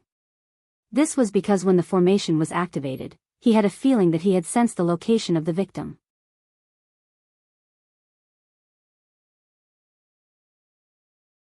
Chapter 61. Tang Zheng, where did you take my daughter? Shi Mengqin bombarded Tang Zheng's ears with a high decibel. Auntie, did Shishir not return home? Tang Zheng asked. You already know the answer. Let me ask you, what did you do to my daughter? Hurry and let her return home. If you dare to do anything bad to her, I will definitely not let you off. Shi Mengqin threatened. Auntie, don't worry. Shishir will definitely be fine. Tang Zheng hurriedly hung up the phone. The two did not know that while they were on the phone, Fang Shishir had called for help. However, because Tang Zheng was using the old man's phone, there was no notification, so he missed this crucial call. Tang Zheng madly ran, rushing towards the location he sensed. Tian Chanzi, is there any way for me to clearly pinpoint Shishir's location? Tang Zheng anxiously asked as he ran. There is. Tian Chanzi did not beat around the bush and directly taught Tang Zheng the tracking technique. Tang Zheng learned it quickly, and in the darkness, his perception of Fang Shishir became even clearer. The tracking technique could not track just anyone, but the most important thing was that the spirit control array was activated, so he was able to quickly track. City Center. Fortunately, Lu Qingmei's home was near the city center, so Tang Zheng did not need to run for long to reach his destination. Hotel. Tang Zheng looked at the luxurious hotel, and the ominous premonition in his heart grew stronger. Fang Shishir was in danger in a hotel, and this was enough to explain many problems. Shishir, you must wait for me. You must be fine. Tang Zheng entered the hotel, and a moment later, he arrived outside a guest room. The tracking technique's location was here. The door was tightly shut, but how could it stop him? Peng, he directly kicked open the door. Who is it? Qiao Fei was lying on top of Fang Shishir's body, tearing off her clothes. Suddenly, a muffled sound came from the door. He shouted and turned his head to look, only to find that there was another person in the room. It was a person that he definitely did not want to see, a person that he did not expect. Tang Zheng, why are you here? Qiao Fei panicked as if he had seen a ghost. Bastard, I'm going to kill you. When Tang Jing saw Fang Shusher lying on the bed with tears streaming down her face, he became enraged. He madly rushed over and punched Xiao Fei in the chest. Roar! Xiao Fei was like a shrimp, instantly lying on the ground. Shusher! Tang Jing picked up Fang Shusher. Bastard, get lost. Don't touch me, don't touch me. Fang Shusher screamed in panic. Her eyes were full of despair and pain. Tang Jing felt as if a knife was being twisted, and said, Shusher, it's me, I'm Tang Jing. Fang Shusher was startled, and said, Tang Jing, save me, I've come to save you. You're fine, you're safe. Tang Jing tightly held her in his arms, as if he was holding the most precious thing in the world. Fang Shusher's emotions gradually calmed down. She finally saw Tang Jing clearly. She was pleasantly surprised, and said, Tang Jing, it really is you. You've come to save me. It's me, I came late and made you suffer. I knew you would come to save me. You are my hero, my great hero. Xiao Fei is a bastard, he wants to. As she spoke, she began to cry again. With me here, no one will be able to harm you. Tang Jing patted her back, comforting her. At the same time, he felt a lingering fear. If he had come a step later, the consequences would have been unimaginable. Xiao Fei, this bastard, I will definitely not let him go. His gaze fell on Xiao Fei's body. He was already struggling to stand up, the muscles on his face twisted together in pain. Tang Jing, you dare hit me. F***ck, not only will I hit you, I will also kill you, you bastard. Tang Jing put down Fang Shusher, and like a fierce tiger, he flashed, punching and kicking Xiao Fei. Xiao Fei miserably screamed, and not long after, his face was bruised and swollen. He fell to the ground, twitching, and did not have any strength to resist. Tang Jing, don't hit him. If you continue, he will die. Fang Shusher saw the situation, and hurriedly advised. I just want to kill him. If you kill him, do you want to go to jail? If you go to jail, what will I do? Tang Jing stopped. Tang Jing, let's leave this place. I don't want to see him again. Fang Shusher painfully said. Okay, we will leave immediately. But Xiao Fei has done such an outrageous thing. He can avoid the death penalty, but he cannot escape punishment. Shusher, you go out for a while, I will come out immediately. I can't walk. He drugged me. Tang Jing slapped his head. He was too careless and did not notice this. He grabbed her hand and used his chi to check. Finding that the situation was not too serious, he immediately used his chi to disperse the drug. Fang Shusher suddenly found that she had regained her ability to move. She immediately opened her eyes wide and looked at Tang Jing in amazement. She did not know how he did it. He really is my hero. You go out first. Fang Shusher obediently walked to the door. Tang Jing grabbed Xiao Fei and lifted him up. Tang Jing, what are you doing? Killing people is illegal. Xiao Fei fearfully shouted. Hang, killing you is dirtying my hands. Tang Jing quickly tore off his clothes.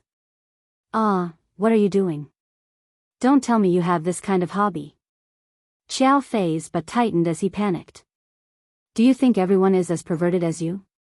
Xiao Fei, I have no enmity with you. You have targeted me time and time again. You even sent people to deal with my grandfather. Do you think I will just let you go? Xiao Fei's face was deathly white as he panicked and said, Tang Jing, please let me go. I will never treat you like that again. Before, I was jealous of you. Your studies were better than mine and Fang Shusher also liked you. I was blinded by jealousy. A leopard cannot change its spots. I have already given you a chance, but you did not cherish it. Tang Jing had already promised not to care about Xiao Fei's actions, but he was seeking his own death. This cannot be blamed on him. Seeing Tang Jing like a killing god, Xiao Fei was terrified as he begged for mercy. Tang Jing, please don't kill me. I have money. I will give you money. Don't you need money? Who wants your stinky money? Just accept your fate. You have done many evil deeds. This is retribution. Seeing Tang Zheng about to make a move, although he did not know how Tang Zheng was going to deal with him, he knew that Tang Zheng would definitely make him wish he was dead. Seeing that begging for mercy was futile, he became angry and roared, "Tang Zheng, who do you think you are? I am the young master of a rich family. You are a poor bastard who grew up in a garbage dump. I only hate that I did not directly kill you and only made your brain stupid." What? You are saying that my injury was caused by you? Tang Zheng had long suspected this. Today, hearing Xiao Fei confirm it with his own mouth made him even angrier. That attack had changed his fate, causing him to fall from the altar to the dust and suffer the supercilious looks of others. Yes, I did it. So what? You have occupied the school's #1 position for a long time, making everyone's eyes focus on you. I do not accept this. You do not deserve this glory. So I will pull you down from the altar and make you the object of disdain. Xiao Fei seemed to have thrown caution to the wind as he spoke his true thoughts. Tang Zheng's heart moved as he asked, "Then the tuition fee was also done by you, right?" "Ha, of course. I will force you away. I will make you and Fang Shishir far away so that you will never have a chance." Tang Zheng's eyes flashed with anger. He originally only wanted to teach Xiao Fei a lesson and make him afraid of him. It seems that his thoughts were too simple.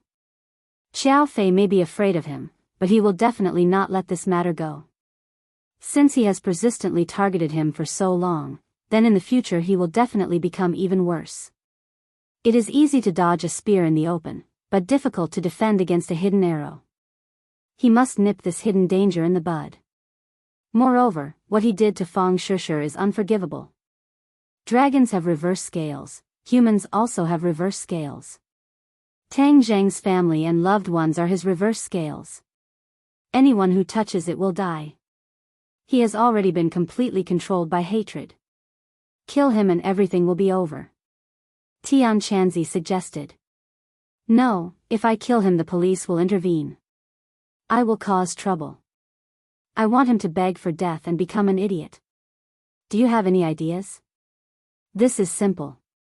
You only need to use your qi to mess around in his brain. Then his brain will turn into paste and he will naturally become an idiot.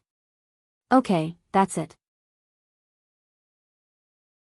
Tang Zheng does not feel that he is cruel and merciless. Because Xiao Fei has tried to kill him several times, he is still being merciful. Xiao Fei, in the future you will never be able to do evil again. Tang Zheng reached out his hand and pressed on his temple. If you have the guts, then kill me. Otherwise I will never let you go. Xiao Fei shouted fiercely. I won't kill you, because I want you to become an idiot. Just as his voice fell, Tang Zheng activated his martial arts. Idiot? Xiao Fei was very puzzled. Suddenly, his brain felt a sharp pain, as if a knife was inserted into his brain. He directly fainted. Tang Zheng checked the room to make sure that there are no clues left behind. Finally, he found Fang Shishir's phone on Xiao Fei's body. Only then did he leave the room. What did you do to him? Fang Shishir saw him come out and quickly asked. Make him unable to do evil again? You killed him? Fang Shishir's eyes widened in horror. How could I? I only knocked him unconscious. Let's go. Fang Shishir let out a sigh of relief. Even though she hates Xiao Fei, she does not want Tang Zheng's hands to be stained with blood. How did you find me? After leaving the hotel, Fang Shishir could not help but curiously ask. After calming down, she realized that Tang Zheng's sudden appearance was very mysterious. Do you still remember the jade Buddha that I gave you? I remember. I always have it with me.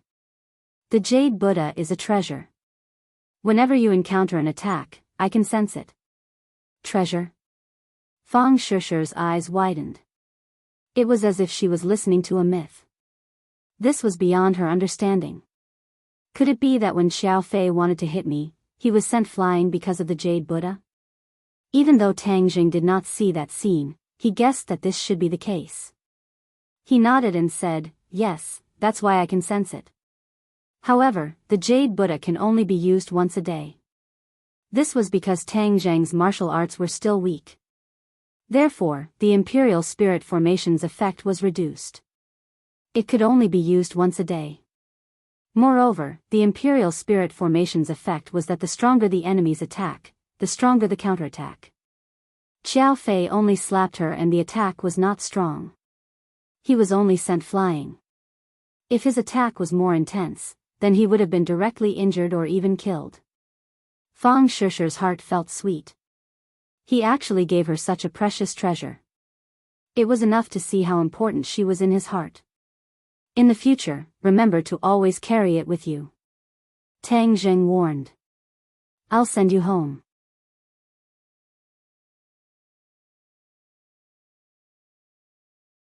Chapter 62. Your mom just called me asking where you were and told me to quickly send you home. Tang Jing said. Fang Shishi firmly shook her head and said, I really don't want to go home, I want to be with you. Saying this, she held on to Tang Zheng's arm. Tang Zheng was helpless as she had suffered so much today, so he really should stay by her side. Then let's go for a walk. Tang Zheng, Xiao Fei said that you stayed at Yi Dingdang's house last night? Tang Zheng was slightly stunned but did not deny it. Yes, last night something happened in the Ye family and they asked me to help, so I stayed at the Ye family. What happened? It's already been resolved. Tang Zheng would not be so stupid as to say that he and Yi Dingdang had a fake engagement, as that would simply be asking for trouble. Oh. Seeing that he did not want to say more, Fang Shishi did not force him. The two strolled along the street as the night was hazy and the lights on both sides of the road pulled their shadows long. Fang Shishi raised her head to look at Tang Zheng and said, I've noticed that you've changed a lot recently and you seem different from before. What's different? Tang Zheng pretended to be calm as he said in his heart that a woman's directness was really sensitive. I don't know, come up. Anyways, I feel that your temperament has changed and your attitude towards doing things is also different from before. Tang Zheng could not help but sigh with emotion. Imperceptibly, even he himself did not realize that there was such a big change. In the past, he only knew how to study and was the standard obedient student. Now, his actions were even more casual, revealing a free and easy feeling. However, no matter what you become, I will still like it. Fang Shishi tightly held his hand and sincerely said. Shishi, I will protect you so that you will never be bullied again. Tang Zheng's emotions fluctuated as he firmly said. I believe in you. Tomorrow, I will request to change classes. I want to be in the same class as you. I don't want to be in class 1 anymore. I don't want to see Xiao Fei again. Suddenly, her expression darkened as she said. Xiao Fei probably won't return to school. Tang Zheng said. Why? Because I beat him into a pig's head. Tang Zheng didn't want to say that he had already turned him into an idiot. Then he will still go back after he recovers. Besides, I don't want to stay here any longer. I want to be in the same class as you. I want to be by your side. There was a deeper reason for Fang Shishi's decision. Although there was nothing going on between Tang Zheng and Yi Dingdang, the two of them were desk mates after all. They spent a lot of time together, so there was no telling what might happen. It would be too late to take precautions then.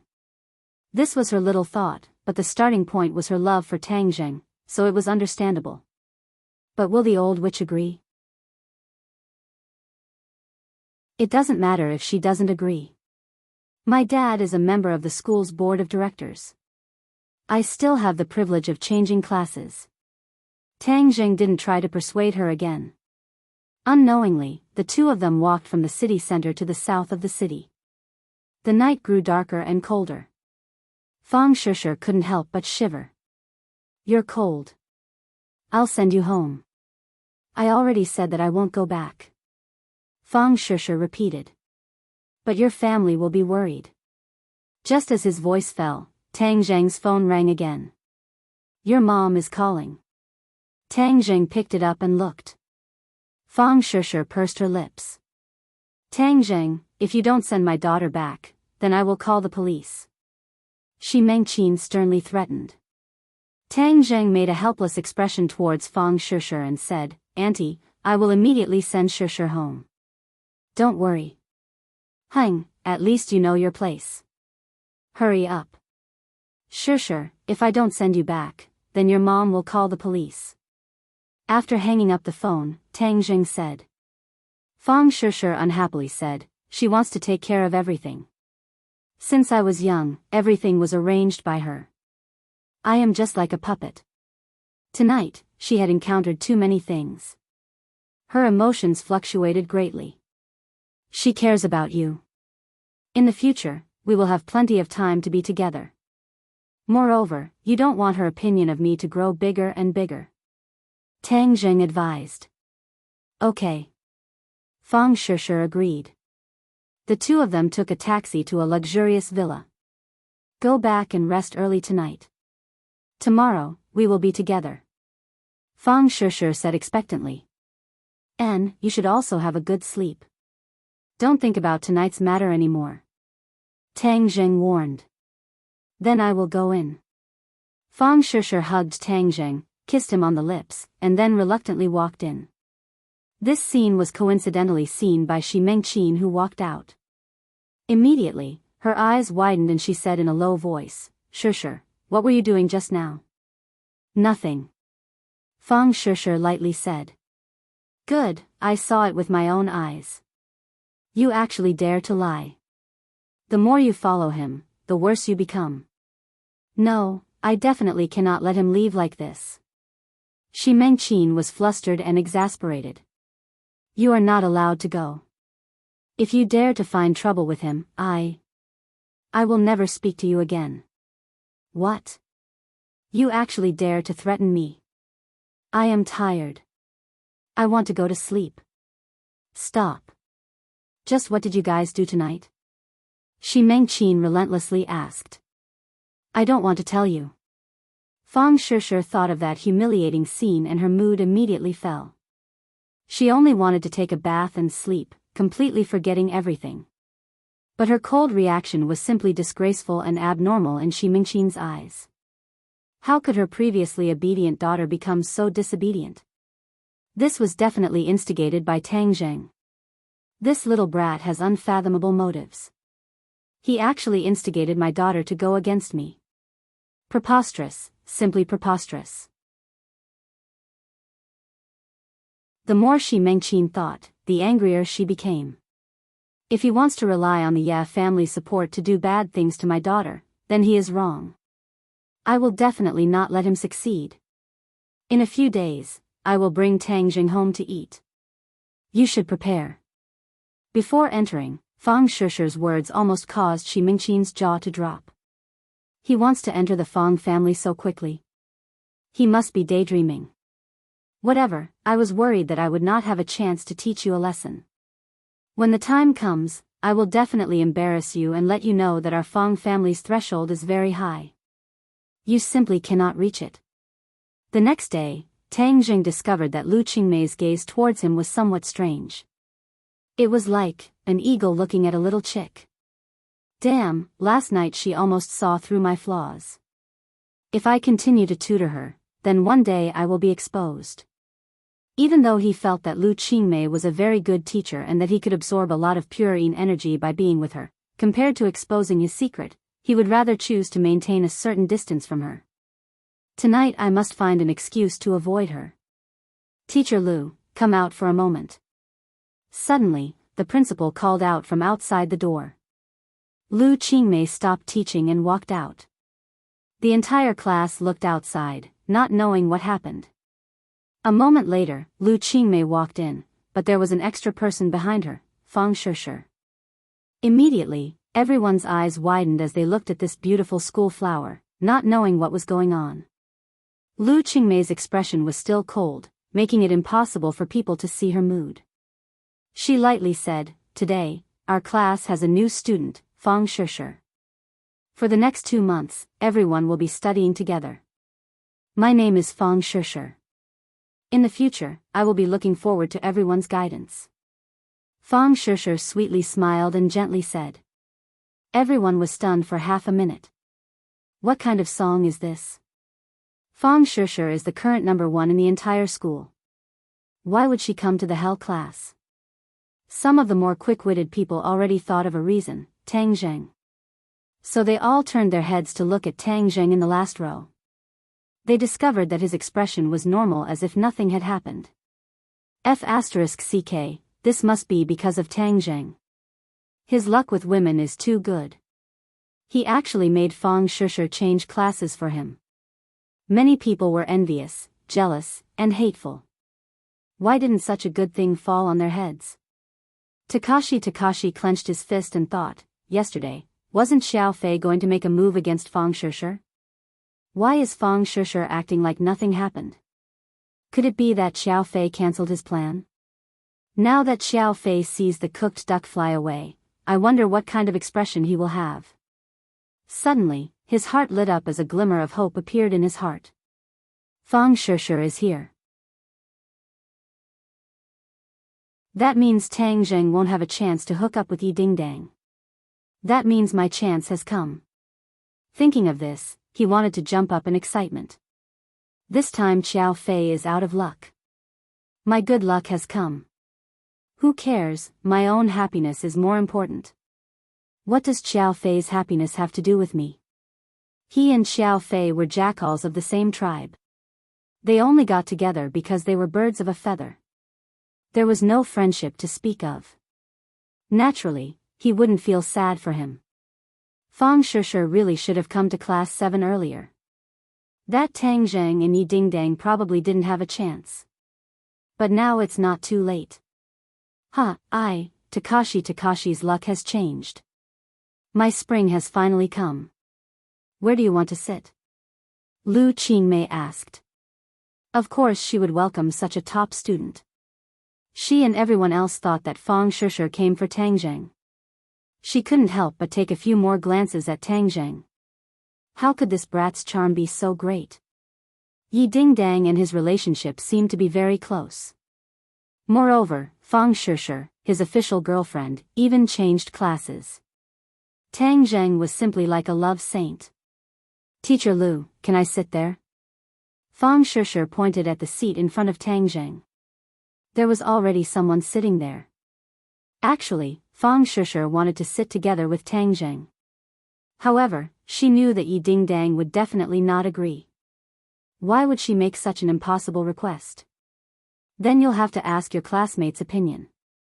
Lu Qingmei pointed at the male student sitting there and said. I don't have any objections. You can sit here with me. The male student excitedly said. It was as if being chosen by Fang Shishir was his greatest honor. Fang Shishir smiled and expressed her thanks. Then she naturally sat in front of Tang Zheng, leaving her beautiful back and jet black hair to Tang Zheng. Tang Zheng didn't know whether to laugh or cry. He used to think that Fang Shishir was very obedient and timid. Only now did he realize that her courage wasn't small at all. She openly sat in front of him. At this point, even a blind person could see that she came for Tang Zheng. Feng Yong quietly gave a thumbs up to Tang Zheng. Yi Dingdang also looked at him thoughtfully and meaningfully. Such a big piece of news happened in the Hell class. It made all the students' hearts surge. But at the same time, the elite class 1 was also experiencing a big event.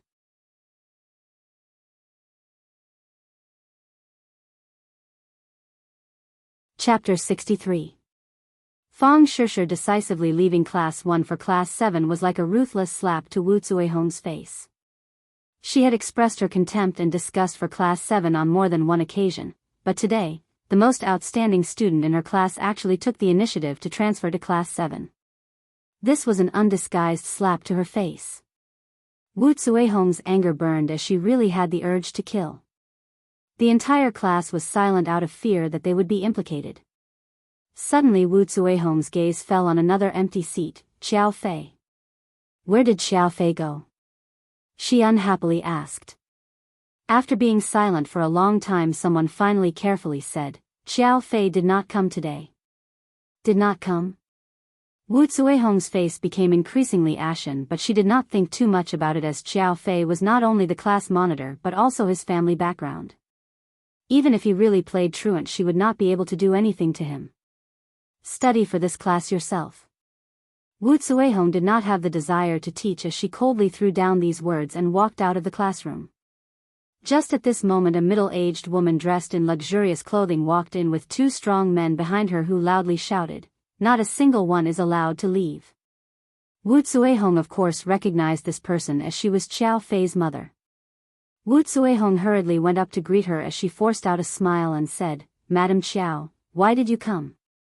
Madam Xiao coldly looked at Wu Zuihong and with an ashen face said, "You are also not allowed to leave." Wu Zuihong was suddenly startled, as she did not know why the other party was so angry. She hurriedly said, "Madam Xiao, did something happen?" "Of course something has happened, something big has happened. Someone has grown the guts of a leopard and actually dared to harm my son. I will definitely drag this person out," Madam Xiao said with a murderous look. Wu Zuihong was shocked when she heard this and asked with concern, "Xiao Fei is injured. Is his injury serious? What is going on? I also want to ask you what is going on. You are his teacher, and yesterday after school he did not return home, and today he was found injured. He is still unconscious and is currently undergoing emergency treatment," Madam Xiao sternly asked. Wu Zuihong said in her heart, "What does this have to do with me?" But she couldn't directly add fuel to the fire and said, "I'm also very concerned about Xiao Fei's injury, but we should first figure out what happened. I remember that he was fine yesterday after school." "Then tell us what happened after school. You are his teacher and classmate, so you must know the truth. If you don't tell us today, then no one is allowed to leave the classroom." Madam Xiao's request was unreasonable, causing all of the students to glare at her. "What are you glaring at? My son is injured. You are all suspects. If you know the truth, say it quickly. Otherwise, you will have to bear the consequences." "Are you being unreasonable? We weren't the ones who hurt Xiao Fei, so what right do you have to question us?" Someone retorted. "Why? My family is a board member of the school. Anyway, if we don't get to the bottom of this today, no one can leave the classroom." Wu Zuihong felt a headache coming on. Fang Shishi's matter had just passed and now this happened. Could it be that this year was really unlucky for her to have so many troublesome matters come knocking on her door? She suppressed the anger in her heart and said, "Madam Xiao, this is definitely a misunderstanding. Students, don't complain. Everyone cooperate and recall if you saw Xiao Fei yesterday after school. Xiao Fei purposely avoided everyone yesterday after school, so how could he be discovered?" Seeing everyone shake their heads, Madam Xiao became unhappy. She thought that these students were not cooperating and said, "I don't believe that I can't deal with a group of students. I'll interrogate you one by one. We are not criminals. You have no right to interrogate us." The students were young and full of vigor. They were all the pearls of their palms at home. When had they ever suffered such humiliation? They all retorted, causing the atmosphere to become tense. Madam Xiao was not afraid at all. Instead, she looked at them with ridicule. Suddenly, her eyes fell on two empty seats. One of them was her son's, but what about the other one? This meant that there were not all students in the classroom. "Call all the students in your class over. Not a single person can be missing. There must be someone who knows the details," Madam Xiao ordered arrogantly, as if Wu Zuihong was one of her subordinates. "My class's students are all here." "Liar, there are clearly two empty seats." "Oh, the other empty seat is a student who just transferred to another class." "Just transferred?" To be in such a hurry to transfer, there must be a problem. Who knows, maybe my son's injury is related to her. Let's go find this student. Madam Xiao's eyes lit up as if she had discovered a new continent. Wu Zuihong originally wanted to persuade her, but after thinking about it, Fang Shishi was no longer in her class, so why should she speak good words for her? It would be best if Madam Xiao went to cause a ruckus. That way, she could also make Lu Qingmei lose face, killing two birds with one stone. That student transferred to Class 7. The worst Class 7? Madame Chiao said in surprise as she clearly knew of Class 7's reputation. There must be a problem with this person. Transferring to a trash class like Class 7, how could she be a good student? My son's injury must be related to her. Let's go to Class 7. The three of them rushed to Class 7. Wu Zuehong hesitated for a moment before also chasing after them. The other students looked at each other in dismay. Just what kind of trouble was this? Lu Qingmei was in the middle of her lesson when she heard a ruckus outside. Then the classroom door was heavily pushed open and fiercely hit the wall, making a loud noise. Lu Qingmei immediately raised her eyebrows as she stared at the door with an unkind expression. Coincidentally, she saw Madame Chiao aggressively walk in with two strong men. "Get out, I'm in the middle of a lesson," Lu Qingmei said without any trace of politeness. Madame Chiao looked at Lu Qingmei and couldn't help but feel ashamed of her inferiority. At her age, what she hated the most was seeing others younger and prettier than her. However, there was no doubt that Lu Qingmei was younger and prettier than her. In front of Lu Qingmei, she was like an old tree branch. Thus, she didn't have a good expression towards Lu Qingmei and said, "You still want to go to class? No way. Hand over the student that just transferred from Class 1. Lu Qingmei was secretly astonished. Just who was this crazy woman and why was she looking for Fang Shishir? "Who are you?" Lu Qingmei asked. "Hein, who am I? I am someone you can't afford to provoke. Let me tell you, hurry up and call that person out. Otherwise, I will make sure you lose your job," Madame Chiao said overbearingly. Lu Qingmei obviously saw that her background wasn't ordinary, but how could she be afraid of her? She jokingly said, "You want me to lose my job? You don't have the qualifications. My family is a board member of this school. You say I don't have the qualifications?" Lu Qingmei's expression didn't change as she said, "So what if you are a board member? I am in class, so even if you are the emperor, you still have to get out." Lu Qingmei was a person who would become stronger when faced with a strong opponent. Madame Chiao wanted to use her status to pressure her, but she didn't fall for it. Seeing the unyielding Lu Qingmei, Madame Chiao was both angry and amused. In all these years, no one had dared to speak to her like this. She directly walked in front of the male student and fiercely slapped the table and said, "Tell me, who is the student that just transferred from Class 1? Who do you think you are? Why should I tell you?" The male student looked at her with disdain and completely ignored her. Class 7 couldn't be compared to Class 1.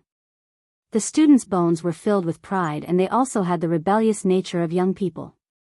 Even the teachers were unable to subdue them, so how could they be afraid of a woman who suddenly ran in and made a fuss? Madame Chiao angrily said, "You are expelled. Immediately scram." "I think you should be the one to scram." Lu Qingmei walked over.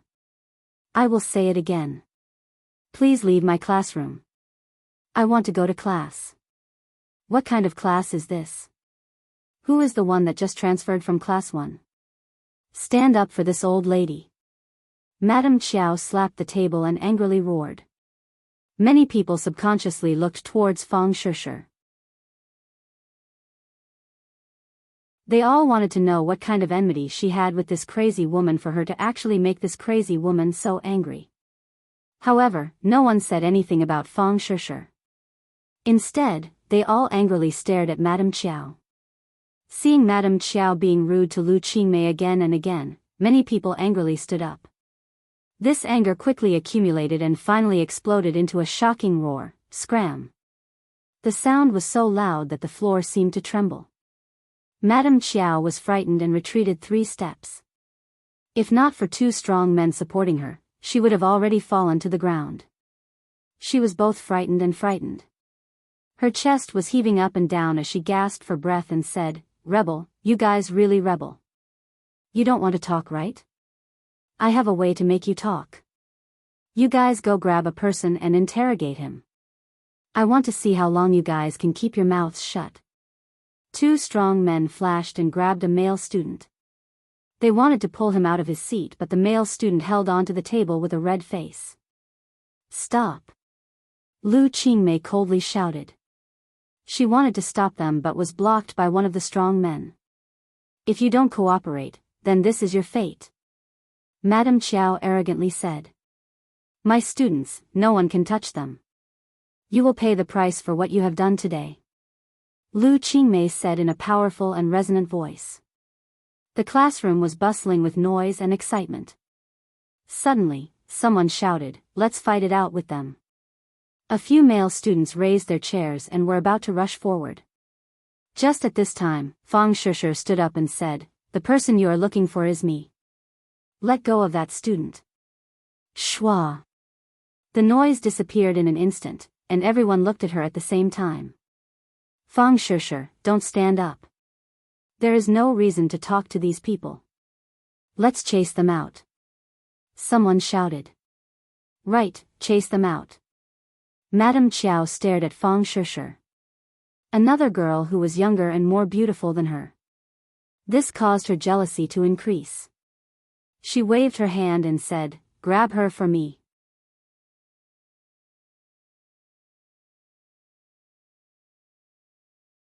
Chapter 64. Fang Shishir did not retreat or dodge. Under this kind of attack, she was like a rootless duckweed without any ability to resist. But she was not afraid, not even the slightest bit of fear. Instead, she was filled with courage because there was a person standing behind her, a person she could entrust her life to, Tang Zheng. Just now, when Madame Qiao barged in and caused a ruckus, the two of them guessed that it might be related to Qiao Fei. Seeing that Madame Qiao actually wanted to harm other students, Fang Shishir immediately stood up. The sturdy man's hand was about to grab her shoulder when suddenly, a hand appeared without any warning. Then, the sturdy man felt as if his hand had touched a hard piece of steel and was fiercely bounced back. He felt a burning pain and felt as if his bones were about to break. Tang Zheng had already stood up and stared at the sturdy man. When their eyes met, the sturdy man angrily shouted, "Who are you?" "Scram!" Tang Zheng shouted. The opponent was not even a martial artist, so he had no interest in making a move. The sturdy man's feeling was different. He felt an extremely dangerous aura from Tang Zheng's body. Although the other party's performance was no different from the other students, he still had this kind of feeling in his heart. Even he himself felt that it was ridiculous. "Why aren't you making a move?" Madame Qiao asked. Bang! The sturdy man knew that he could not stay in a stalemate, so he made a move. His fist went straight for Tang Zheng's face. Bang! Before anyone could see it clearly, they saw the burly man softly fall down like a dead fish. Madame Qiao finally realized that something was wrong and shouted, "Good, you still dare to hit people. Hurry up and capture that girl and boy." The other sturdy man also rushed over, but when he reached Tang Zheng, he followed in his footsteps and fell to the ground like a dead fish. Wah! Everyone stared with wide eyes at Tang Zheng as if they were looking at an alien. This was the first time they saw Tang Zheng make a move. They were all shocked because they did not see how Tang Zheng made a move. In their minds, a word quickly flashed: expert. Teenagers all worshipped the strong, and many of them immediately cheered. Madame Qiao was so angry that her face turned white. No matter how stupid she was, she knew that she had encountered a tough opponent. "Brat, you dare to hit people, you're fired," Madame Qiao said in a threatening manner. Tang Zheng gave her a look of disdain and did not pay her any attention. A strange light flashed through Lu Qingmei's eyes as she glanced at Tang Zheng. Then, she stared at Madame Qiao and said, "You brought people to school to commit murder, so don't even think about leaving. This matter must be clearly investigated by the police."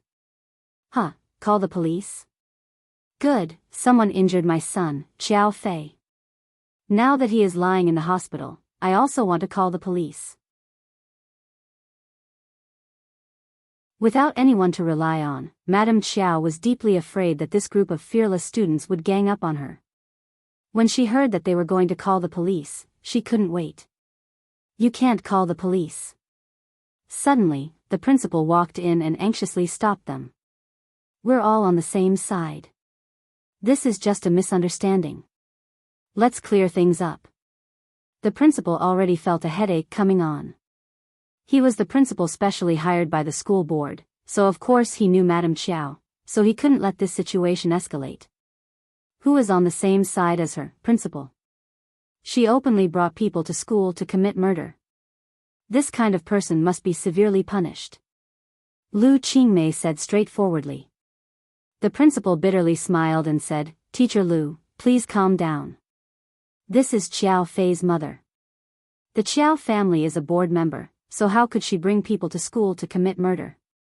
This is definitely a misunderstanding. Moreover, according to my understanding, Chiao Fei is indeed injured and hospitalized, which is why Madame Chiao is so agitated. Chiao Fei is hospitalized? Lu Qingmei had of course heard of Chiao Fei's name. Chiao Fei's family background was illustrious, and his grades were also very good. However, she heard that he was a bit bossy and domineering, causing many students to fear him. My son was injured after school yesterday, and this matter cannot be separated from a certain student. I suspect that student is the biggest suspect. Moreover, that boy actually hit people. This kind of student must be expelled. Madame Chiao saw that the principal had arrived, so she became confident again. She placed her hands on her hips and said domineeringly. The principal glanced at Fang Shishir, and his forehead immediately broke out in cold sweat. If it was someone else, he would have the authority to deal with them, but Fang Shishir was not someone easy to deal with. The Fang family was also a board member, so he couldn't afford to offend them. Thus, he hurriedly tried to smooth things over. Madame Chiao, is there a misunderstanding here? Seeing that the principal actually sided with the other side in the blink of an eye, Madame Chiao became angry. She thought that she couldn't count on the principal today. Once this matter was over, she would definitely get rid of him and find another obedient principal. Misunderstanding? Then I'll have the police come and see if this is a misunderstanding. Saying this, she actually dialed a number and loudly said, Chief Deng, I'm at Pengcheng International School. Come over, I have some matters for you to settle. Okay, I'll wait for you. After hanging up the phone, she looked at the crowd with contempt and said, the police will be here soon. You guys just wait and tell them. The principal wiped the cold sweat off his forehead and said, Madame Chiao, there is no need for the police to get involved in this matter. We can settle it ourselves. Hung, I don't need you to settle it. I'll let the police handle it. Let me tell you, before the police come, that girl and boy are not allowed to leave. Today, there must be an explanation. Principal, letting these kind of people come to our school to cause trouble is simply bringing shame to our school. Lu Qingmei said. The principal bitterly smiled and advised, Teacher Lu, don't say too much. Seeing this deadlock, Fang Shishir asked in a low voice, what should we do? Don't worry, they don't know anything so they won't be able to do anything. Tang Jing comforted her. How about I call home? The Chiao family is bullying others, but our family is not so easy to bully. Fang Shishir said. Last night, Fang Shishir was the victim, but now that Madame Chiao was making such a big fuss, it was as if she was the perpetrator, making her very angry. However, she did not want to make the matter of last night public. After all, it was not a good thing and related to her innocence. Even if nothing happened, if other people found out, there would definitely be rumors. For the time being, they don't have any evidence. Even if the police came, it would be useless. Later on, as long as we say that the two of us were together last night, they won't be able to do anything. Tang Jing warned. I understand. Yi Dingdang saw the two whispering and suspiciously asked, what are you two chattering about? Nothing much. What happened to Chiao Fei? Who knows? Tang Jing shrugged his shoulders and feigned ignorance. In reality, he was the clearest about Chiao Fei's situation. You two come over here. The principal waved towards Tang Zheng and Fang Shishir and said. The two of them walked over and the principal earnestly said, last night, student Chiao Fei was injured. Do you know who did it? I don't know. Tang Zheng bluntly said. I'm not asking you, stinking brat. Madame Qiao scolded and stared at Fang Shishir and said, What did you do last night? Nothing. Nothing. Who do you think you are lying to? Hurry up and tell the truth, otherwise you will suffer. Madame Qiao fiercely said. Seeing this, the principal advised, Madame Qiao, they are still children. Let's have a better attitude. Madame Qiao glared at the principal, not understanding why his attitude today was so abnormal. It was as if he was secretly helping outsiders. Since she said she didn't do anything, then she really didn't do anything. Lu Qingmei said. Children these days are full of lies. If you believe her, pigs can climb trees. Let me ask you, you said you didn't do anything bad. Do you have a witness? She was with me last night. I can prove it. Tang Zheng said. Lu Qingmei looked at Tang Zheng in astonishment, thinking that he was clearly tutoring her last night, so how could he be with Fang Shishir? But she didn't point it out. You two were together? Madame Qiao stared at Tang Zheng.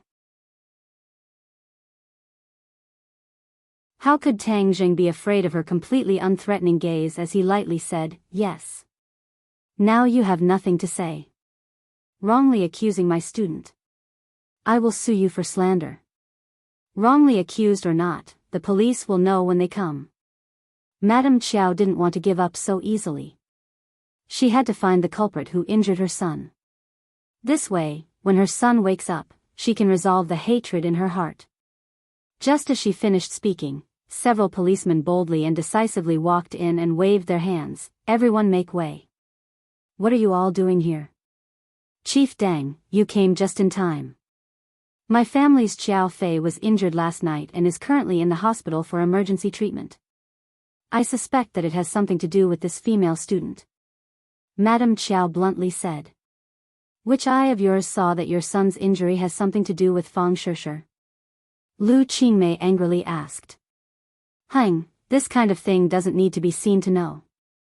Chief Deng, bring them all back. We will know once we interrogate them. Madame Qiao ordered. Deng Maokai originally thought it was just a small matter, but when he saw Lu Qingmei, he instantly recognized her. This was because the beauty of this level was really rare, and his impression of her from that meeting was too deep. When Tang Zheng was caught by Qiao Fei, it was Deng Maokai who single-handedly arranged it. In the end, he even found his own subordinate Lu Gang to be the scapegoat. Only then did he keep his position as chief. The most important thing was that the picture of him and his lover was taken by Tang Zheng. He never would have thought that today he would be dragged by Qiao Fei's mother. Moreover, it seemed that he would have to face Lu Qingmei again. F***CK, why am I so unlucky? Are the Qiao family people my nemesis? I have only been quiet for a few days and now they are here again. A few days ago, Deng Maokai was on tenterhooks. He thought that Tang Zheng would release his picture, but after discovering that there was no movement, he guessed that the other side was soft-hearted and let him go. He secretly rejoiced. Suddenly, Deng Maocai's pupils shrunk as he saw Tang Zheng. His heart thumped and he could not help but cry out in grief. Why am I so unlucky? Why is it him again? Cough cough. Deng Maokai dryly coughed twice to cover up the shock in his heart. He pretended to be calm and said, The police need evidence to handle a case and do not rely on words. We will investigate this matter and do not need other people to tell us what to do. What? Madame Qiao was not an idiot. She could clearly tell that Deng Maokai was not speaking up for her. For a moment she was stunned. Did the sun rise from the west today? How come the reinforcements that she brought over are all traitors?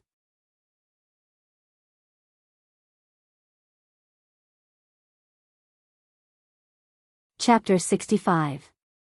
Chief Deng, what do you mean? Madame Qiao asked in disbelief. Deng Maokai glanced at her and said in his heart, Why won't you listen? I told you to shut up and I will decide on this matter. But he did not say it out loud, as the Qiao family was not an ordinary family in ordinary balance. Tell me, what exactly is going on? Deng Maokai did not greet Lu Qingmei and Tang Zheng but pretended to be impartial and said in a businesslike manner. Madame Qiao had already discovered that something was wrong, but she still said, "My son was injured last night and I suspect that it has something to do with this female student." Deng Maocai's gaze turned towards Fang Shishir as he secretly praised her beauty and asked, "Classmate, can you tell me what you were doing last night?" "Last night I was with him the entire time," Fang Shishir calmly said. Deng Maokai glanced at Tang Zheng and nodded his head, indicating that he understood, and then said, "Then do you know how Qiao Fei was injured?" "How could I know?" "No, she is lying." Madame Qiao immediately cried out. "What you say is the truth and what others say is a lie. Don't think so highly of yourself," Lu Qingmei coldly said. Deng Maokai glanced at Lu Qingmei and saw that her face was filled with anger, even more so than the last time at the police station. His heart thumped as if she was really angry, then he might suffer a calamity, so he quickly said, "This teacher's words are reasonable. Since both sides have their own version of the story and there is no evidence, we should wait until Qiao Fei wakes up. He will definitely know how he was injured." The principal interrupted, "That's right, once Qiao Fei wakes up, then won't the truth be revealed?" Fang Shishir's gaze moved as she nervously looked towards Tang Zheng, but Tang Zheng's expression did not change as he comforted her with his eyes.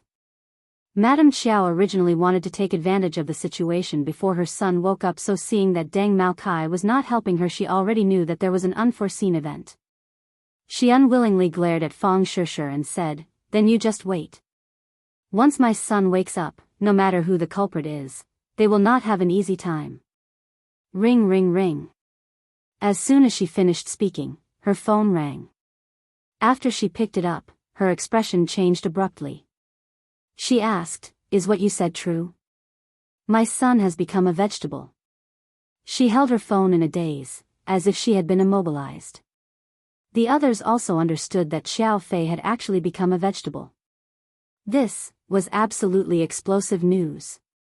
Many people were not used to Madame Qiao's actions and were already secretly cheering. "Serves you right. Who asked you to be so arrogant? I am number one in the world. Now you should be crying." "No, you won't even have the chance to cry." Madame Qiao did not cry. Instead, her little universe erupted, and like a loudspeaker, she loudly roared, "I will kill you and avenge my son." Then, she rushed towards Fang Shishir. Tang Zheng stood in front of Fang Shishir and pulled her to the side. In the end, she fell to the ground in a sorry state. However, she immediately crawled up and rushed forward like a madwoman. Her face was malevolent like an evil spirit. "You police are just going to watch her commit a crime in broad daylight?"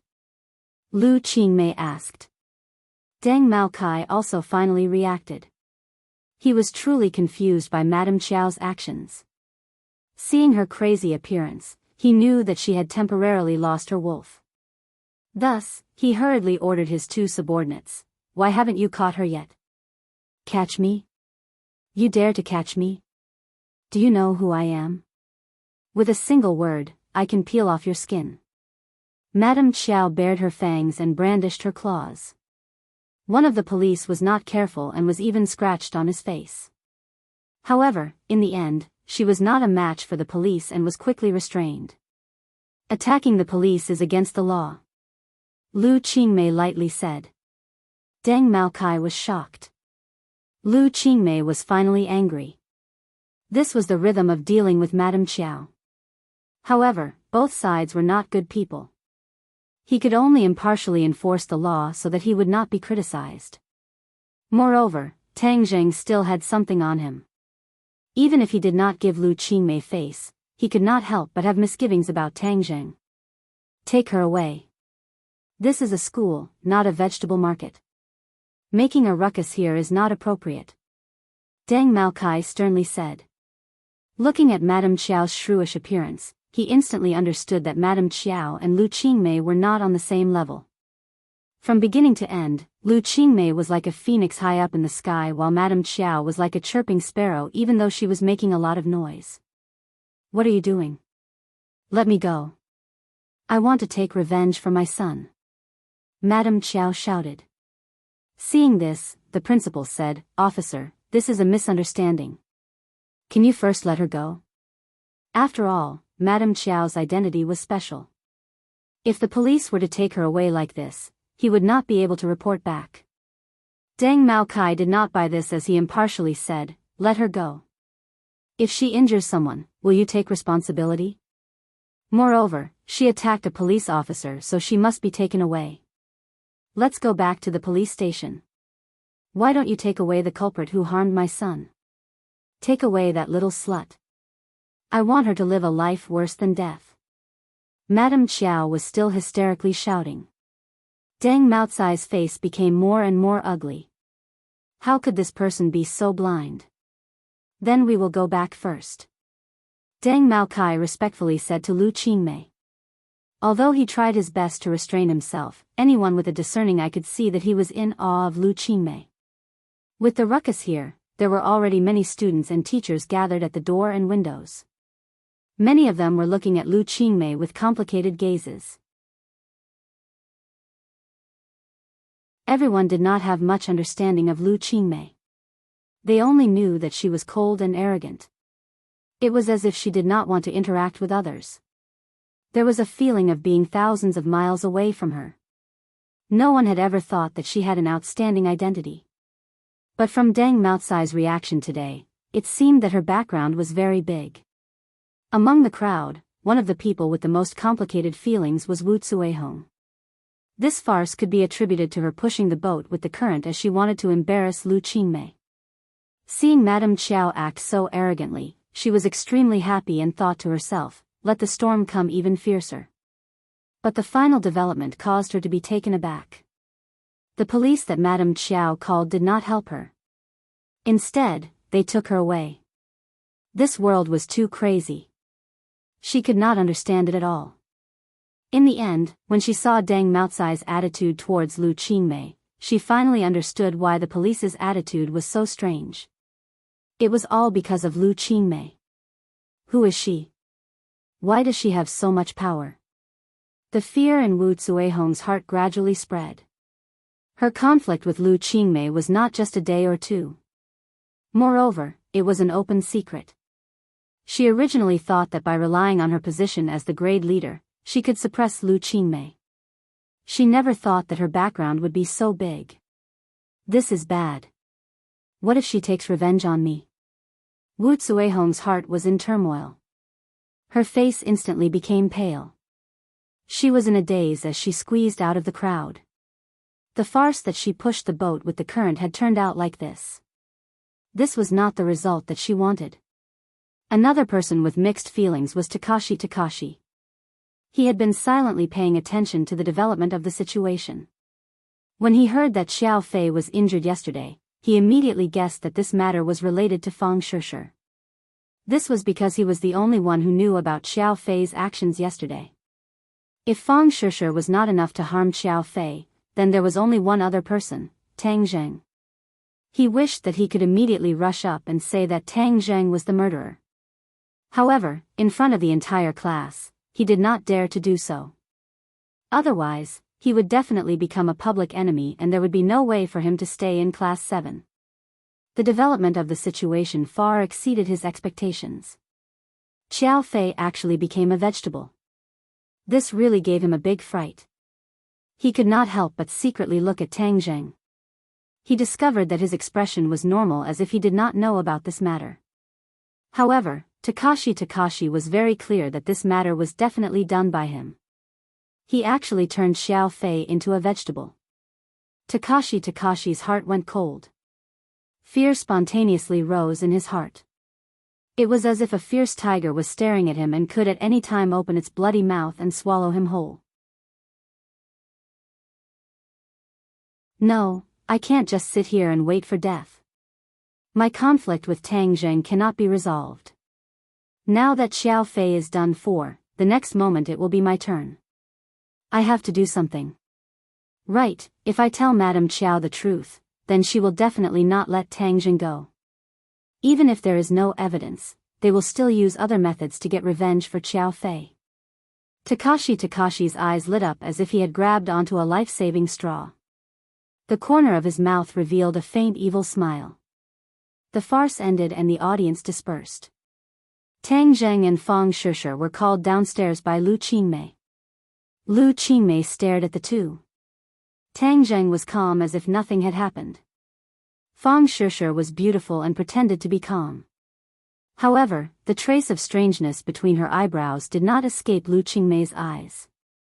This matter definitely has something to do with them, she concluded in her heart. However, the matter of Xiao Fei becoming a vegetable still shocked her. This method was not ordinary. Her gaze fell on Tang Zheng's body. It was as sharp as a knife, as if she wanted to cut him open and see him clearly. Tang Zheng was calm and collected. Under this knife-like gaze, his calmness was somewhat strange. This matter has something to do with you guys? Lu Qingmei finally asked. Fang Shishir's heart trembled as she subconsciously tightened her grip on Tang Zheng's hand. Tang Zheng blankly raised his head and looked at Lu Qingmei, saying, "Teacher Lu, this kind of joke cannot be made." "Then you mean it has nothing to do with you guys?" "Of course it has nothing to do with us. We are students, how could we do this kind of thing?" Tang Zheng discovered that he really did have a talent for lying. His face was not red, his heart was not beating fast, and even his breathing did not change in the slightest. Currently, his control over his body was very strong. As long as he did not want to reveal any flaws, it would be very difficult for others to discover. Lu Qingmei discovered that she had to reevaluate Tang Zheng. She had already guessed that he was deliberately hiding his strength during the exam. However, this was not what surprised her the most. Tang Zheng's performance today was what surprised her the most. After doing so many things, he was still able to remain calm and composed. She could not help but think of the incident at the police station. Could it be that he was also acting at that time?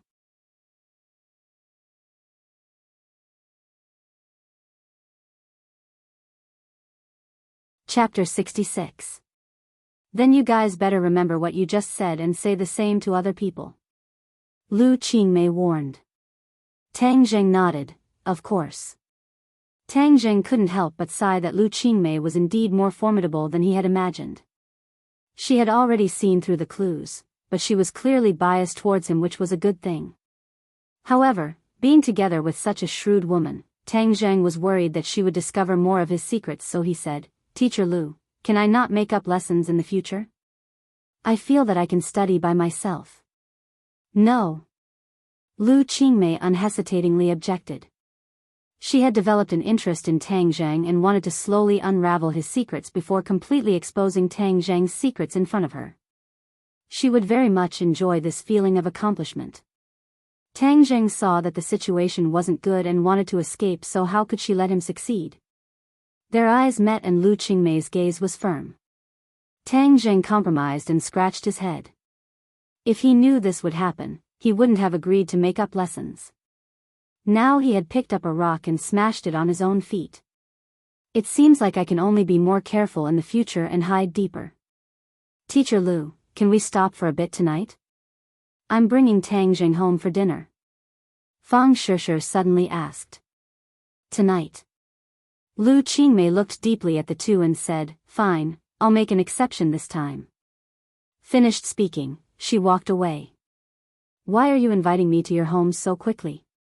Tang Zheng curiously asked. "Are you not happy?" Tang Zheng squeezed out a smile. "Of course I'm happy. Don't be unhappy. You're going to my home and not a tiger's den. Moreover, look at Xiao Fei's mom today. She definitely won't let this go. This matter needs to be handled by my dad, so you have to perform well tonight. I'm so outstanding. If I act as myself, I'll definitely win his approval." Tang Zheng bragged. "Shameless. My dad's requirements are very strict. Moreover, he's very strict, so don't be scared when the time comes." "Don't worry, I'm very brave." Tang Zheng patted his chest and said, "I know you have a lot of guts, you are Tang Daring. Let me tell you, when I heard that Xiao Fei was in a vegetative state, I was scared out of my wits. Why were you so heavy-handed last night? Fang Shishir said with lingering fear. Tang Jing coldly snorted and said, letting him become a vegetable is letting him off easy. After what he did to you, I really want to kill him. Alright, don't be angry. Maybe this is karma. Now that he's in a vegetative state, he won't be able to harm anyone in the future. However, you must remember not to tell anyone about this. Otherwise, it will be troublesome. Of course I know. Tonight, watch my eyes and act according to the situation. You must perform well in front of my father, Fang Shishir instructed.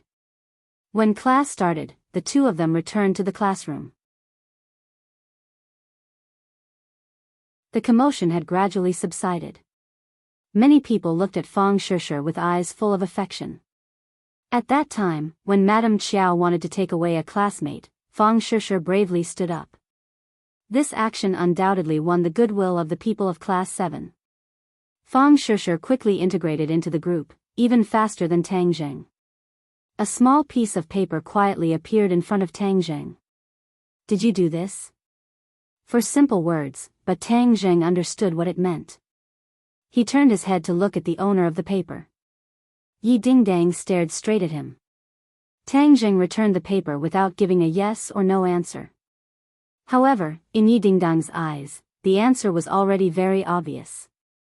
Yi Dingdang was a martial artist. She had personally seen Tang Zheng face off against an assassin.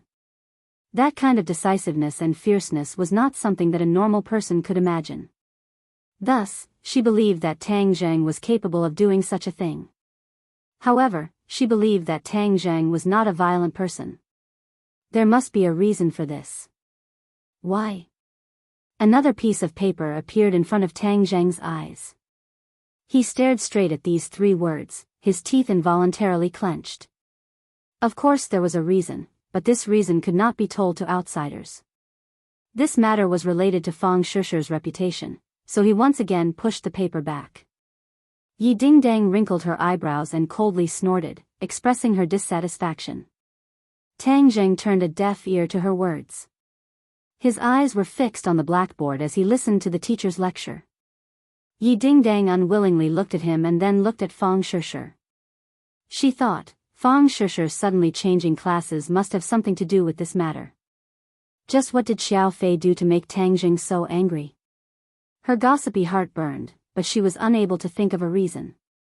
After all, a normal person would not be able to imagine that Xiao Fei would do such a shameless and bold action.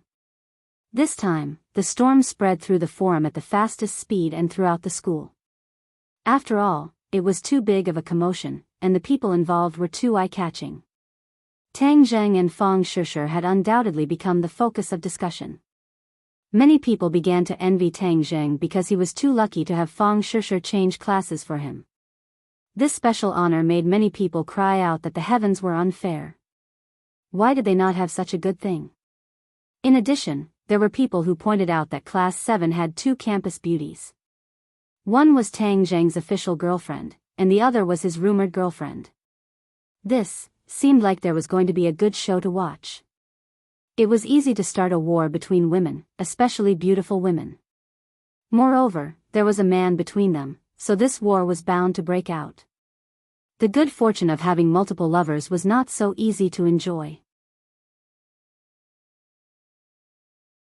Many people harbored evil intentions and cursed in their hearts, waiting to watch a good show.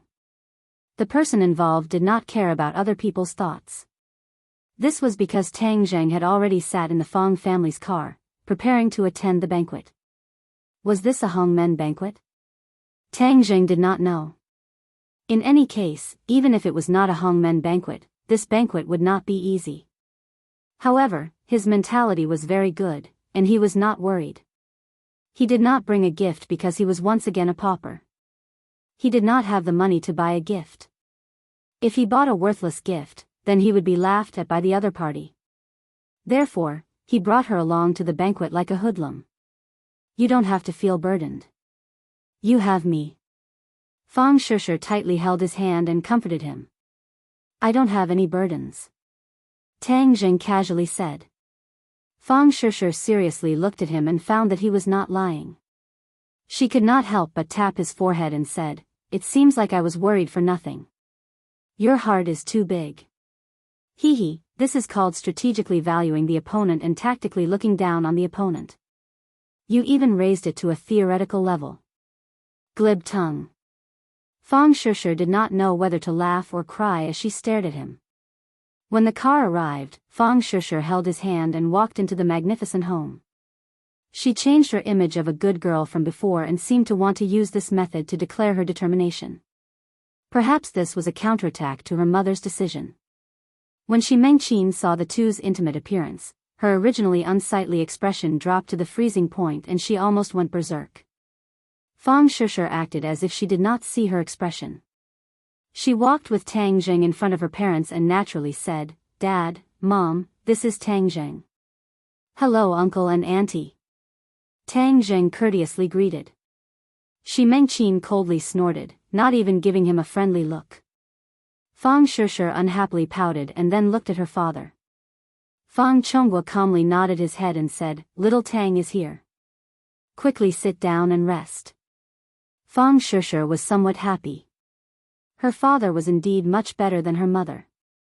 She gave her father a sweet smile and pulled Tang Jing to sit down. "Little Tang, how are your studies in school?" Fang Chonghua amiably asked like an elder. "Not bad," Tang Jing replied. Fang Chonghua smiled but did not say anything. He did not continue to ask this question. "Little Tang, who else is in your family?" "My family only has me and grandfather." Fang Chonghua's smile increased by several degrees. "Little Tang, what plans do you have for the future?" "For now I don't have any." The smile on Fang Chonghua's face was already very thick and he did not ask any more questions. "Little brat, this person is very cunning," Tian Chanzi suddenly said. Tang Zheng was slightly startled and said, "Why do you say that?" Did you not hear the hidden meaning behind his three questions? Tang Zheng's heart moved. These three seemingly simple questions actually contained a deeper meaning. The first question was about his studies. Tang Zheng was ranked last in the entire school. This was something that Shi Mengqin must have already investigated. Fang Chonghua clearly knew the answer to this question. This was because he wanted to embarrass Tang Zheng. The second question was about his family. Tang Zheng's family was poor and the difference between his family and the Fang family was like heaven and earth. This was another blow. The third question was about his plans for the future. Tang Zheng honestly said that he only wanted to deal with the high school exam and quickly increase his cultivation. As for other things, he really did not consider them. The three questions advanced layer by layer. In reality, it was related to a person's soft and hard power. In the eyes of outsiders, Tang Zheng did not have any strength, so when faced with these three questions, they would feel ashamed of their inferiority and retreat.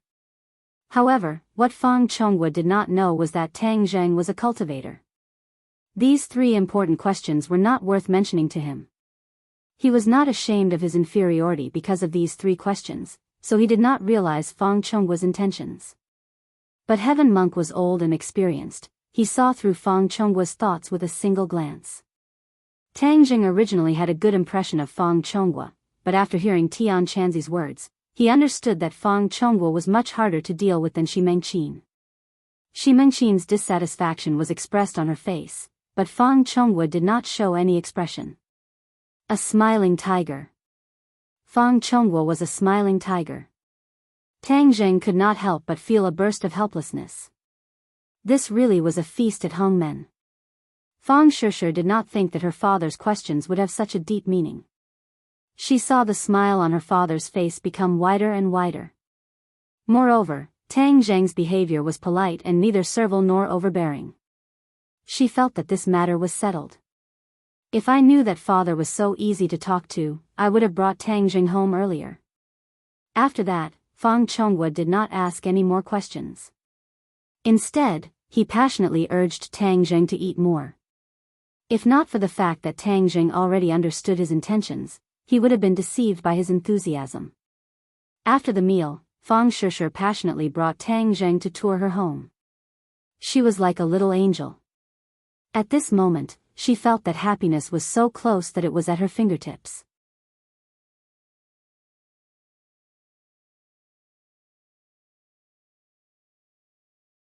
Chapter 67.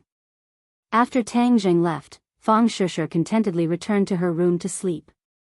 But in the other room, Shi Mengqin angrily looked at her husband and asked, "What's wrong with you today? Why are you talking and laughing with that little brat? Didn't we agree that we would make him back off?" Fang Chonghua shook his head and bitterly smiled. "If I were like you and gave him a cold face, what do you think our daughter would think? This can only push our daughter to him, which is not a wise move. Just wait and see." Although that brat is calm and collected as if nothing has happened, his heart must have undergone an earth-shattering change. He must have realized the difference between him and Shishir.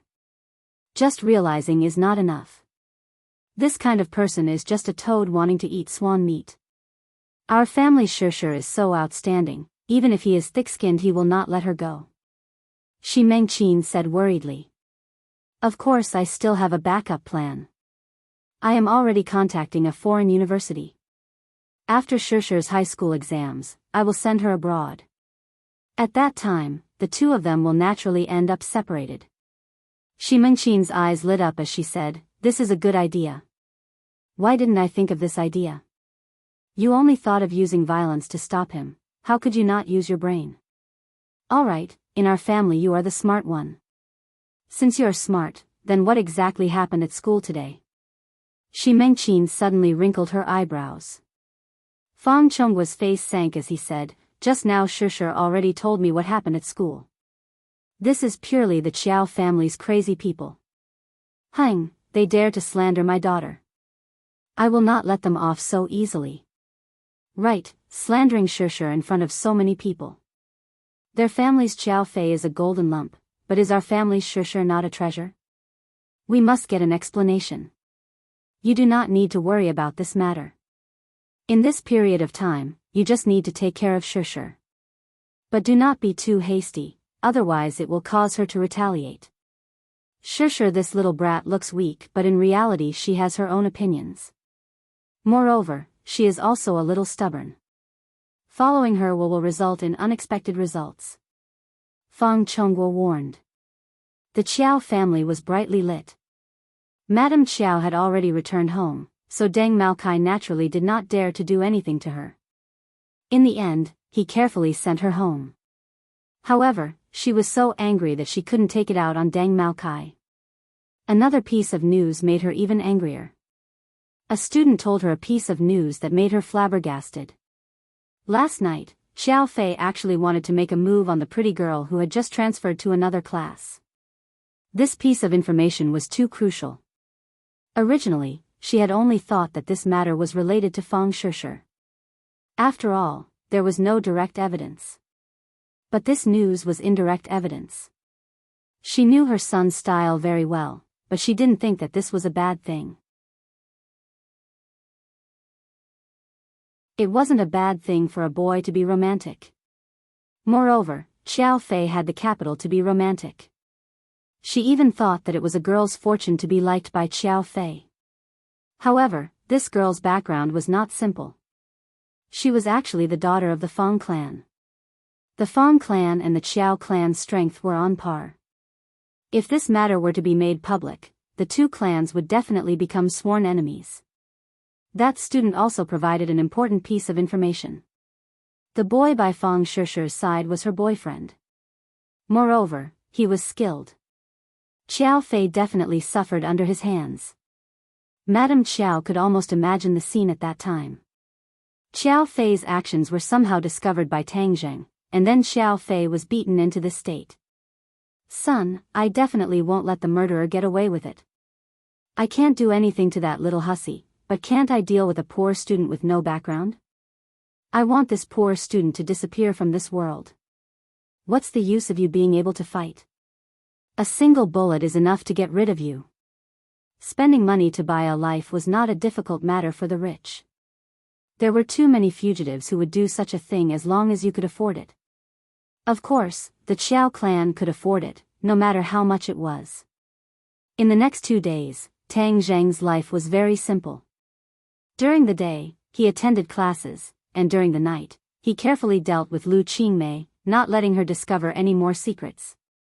But the more he was like this, the more curious Lu Qingmei became. But she was not impatient, and prepared to slowly break through Tang Zheng's city. Tonight, he asked for leave again. Because 5 days had already passed, he had to think of a way to pay for his school fees. 100,000 yuan was not a small amount. He could not practice martial arts, nor could he gamble, so he could only use other methods. Although he had a lot of skills, he could not exchange them for money. But after thinking about it, he still found a way to earn money. Selling medicine. Yes, he wanted to sell the life-continuing pill. The life-continuing pill was incomparably precious, but in Tang Zheng's eyes, he did not need it for the time being. It was useless, so why not use it? But the life-continuing pill was too mysterious. Would other people believe it? He did not have 100% confidence. Desperate times call for desperate measures. In this world, there are many rich people who are afraid of death. There will always be people who are willing to give it a try. As night fell, Tang Zheng wore a large hat and covered himself up tightly as he sat near the entrance of the hospital. In front of him was a piece of paper with 3 large words written on it: life-continuing pill, 200,000. 200,000 yuan to buy 10 years of life. It was a profit for the other party, but Tang Zheng did not dare to ask for too high a price. He was afraid that he would scare away the customers. But when he sat on a small stool with this piece of paper in front of him, he still attracted many strange gazes. Life-continuing pill? F***ck, these Jianghu scammers don't even have a draft when bragging. Someone mocked. Tang Zheng's expression did not change. His eyes were slightly closed, as if he did not hear anything. He muttered to himself, giving off the feeling of a Jianghu scammer. 200,000 yuan? Why don't you go rob a bank? No need to look, this is definitely a scam. The crowd discussed animatedly. Not long after, they dispersed. Afterwards, several people came over to take a look. Then they all shook their heads and walked away. A middle-aged man who was also sitting on a small stool with bottles and jars in front of him finally could not bear to watch any longer. He reminded, "Brother, you won't be able to cheat money like this. Although there are many patients in front of the hospital and there are ample resources, but after all, people nowadays are not idiots. You see, I sold a lot of the medicine for STD and syphilis because it is trustworthy. This life-continuing pill, TSK, is too unreliable. You are bragging too much. It seems like you are still not skilled enough. Maybe your master did not pass down his true skills to you." Tang Zheng looked at him and did not comment. He was not a Jianghu scammer. You are the real Jianghu scammer. Brother, I advise you not to set it up today. Come back tomorrow with a different set of clothes. Even if you want to cheat, this is not the way to do it. That person earnestly advised. Those who are willing will take the bait. Tang Zheng lightly said. F***ck, everyone is not an idiot. Moreover, even an idiot would not believe this. That person did not know whether to laugh or cry. He shook his head and thought that this brother must have gone crazy thinking about money. Just as he finished speaking, a pair of feet appeared in front of Tang Zheng. This pair of feet was wearing black stockings. The feet were very slender and well-proportioned. A pair of beautiful feet. Life-continuing pill, can it really continue one's life? A charming voice asked. Just listening to this voice would make one's bones go soft. The scammer swallowed a mouthful of saliva. In his heart, he thought that there really was an idiot who took the bait. He hurriedly raised his head to look and saw a charming young woman staring straight at the 3 words, life-continuing pill. Beauty. Top-grade beauty young woman. Not only was this young woman beautiful, but her entire body emitted a mature charm that made people's hearts beat faster. The scammer could not help but stare at her in a daze. The beauty did not pay attention to the scammer's gaze. Instead, she continued to stare at the 3 words as if the 3 words had a magical power. Tang Zheng said that this woman was really beautiful. He had seen several beautiful women before, but compared to them, they all had their own merits. Life continuing pill, of course it can continue one's life.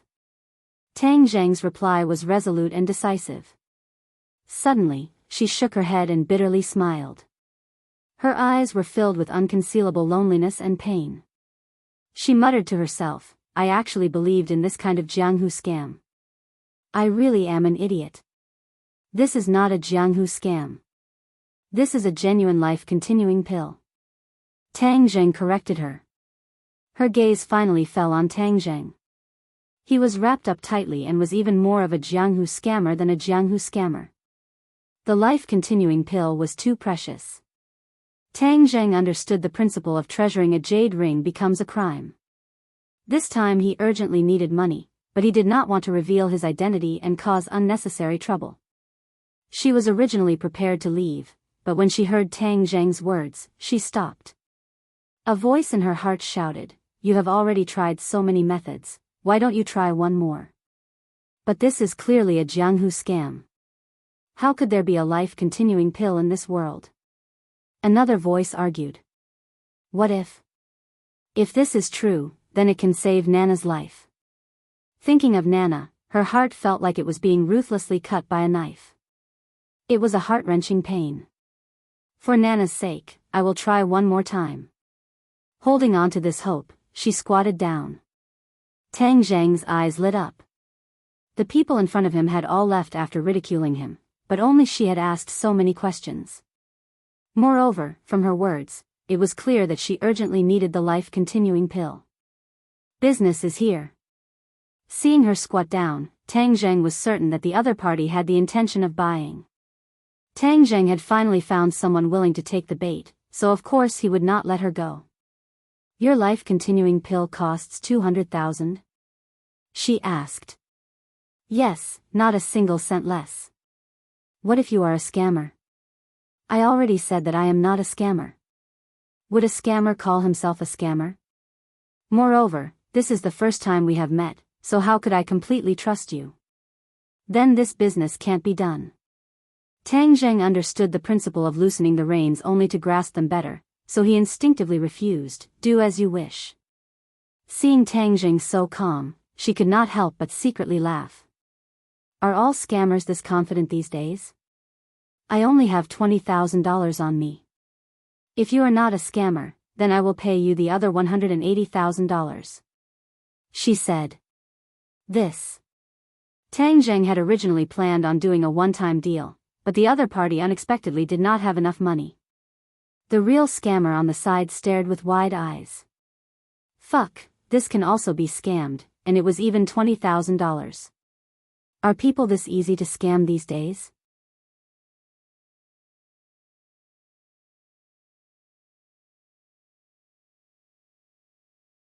Chapter 68. Seeing Tang Zheng hesitate, the young woman stood up and said, Since you don't agree, then let's forget about it. No, I agree. I'll sell it to you. Tonight I'll pay you a deposit of 20,000. Once the effect is seen, I'll pay you the remaining 180,000. Tang Zheng did not have the confidence to wait for the next customer. The young woman saw Tang Zheng's anxious appearance and hesitated. His performance was like a swindler, but she still held on to a sliver of hope. When will your life-continuing pill take effect? Take it tonight and you'll see the effect. Tang Zheng confidently said, so tomorrow night at this time you can bring the rest of the money to me. These words made the swindler to the side dumbstruck.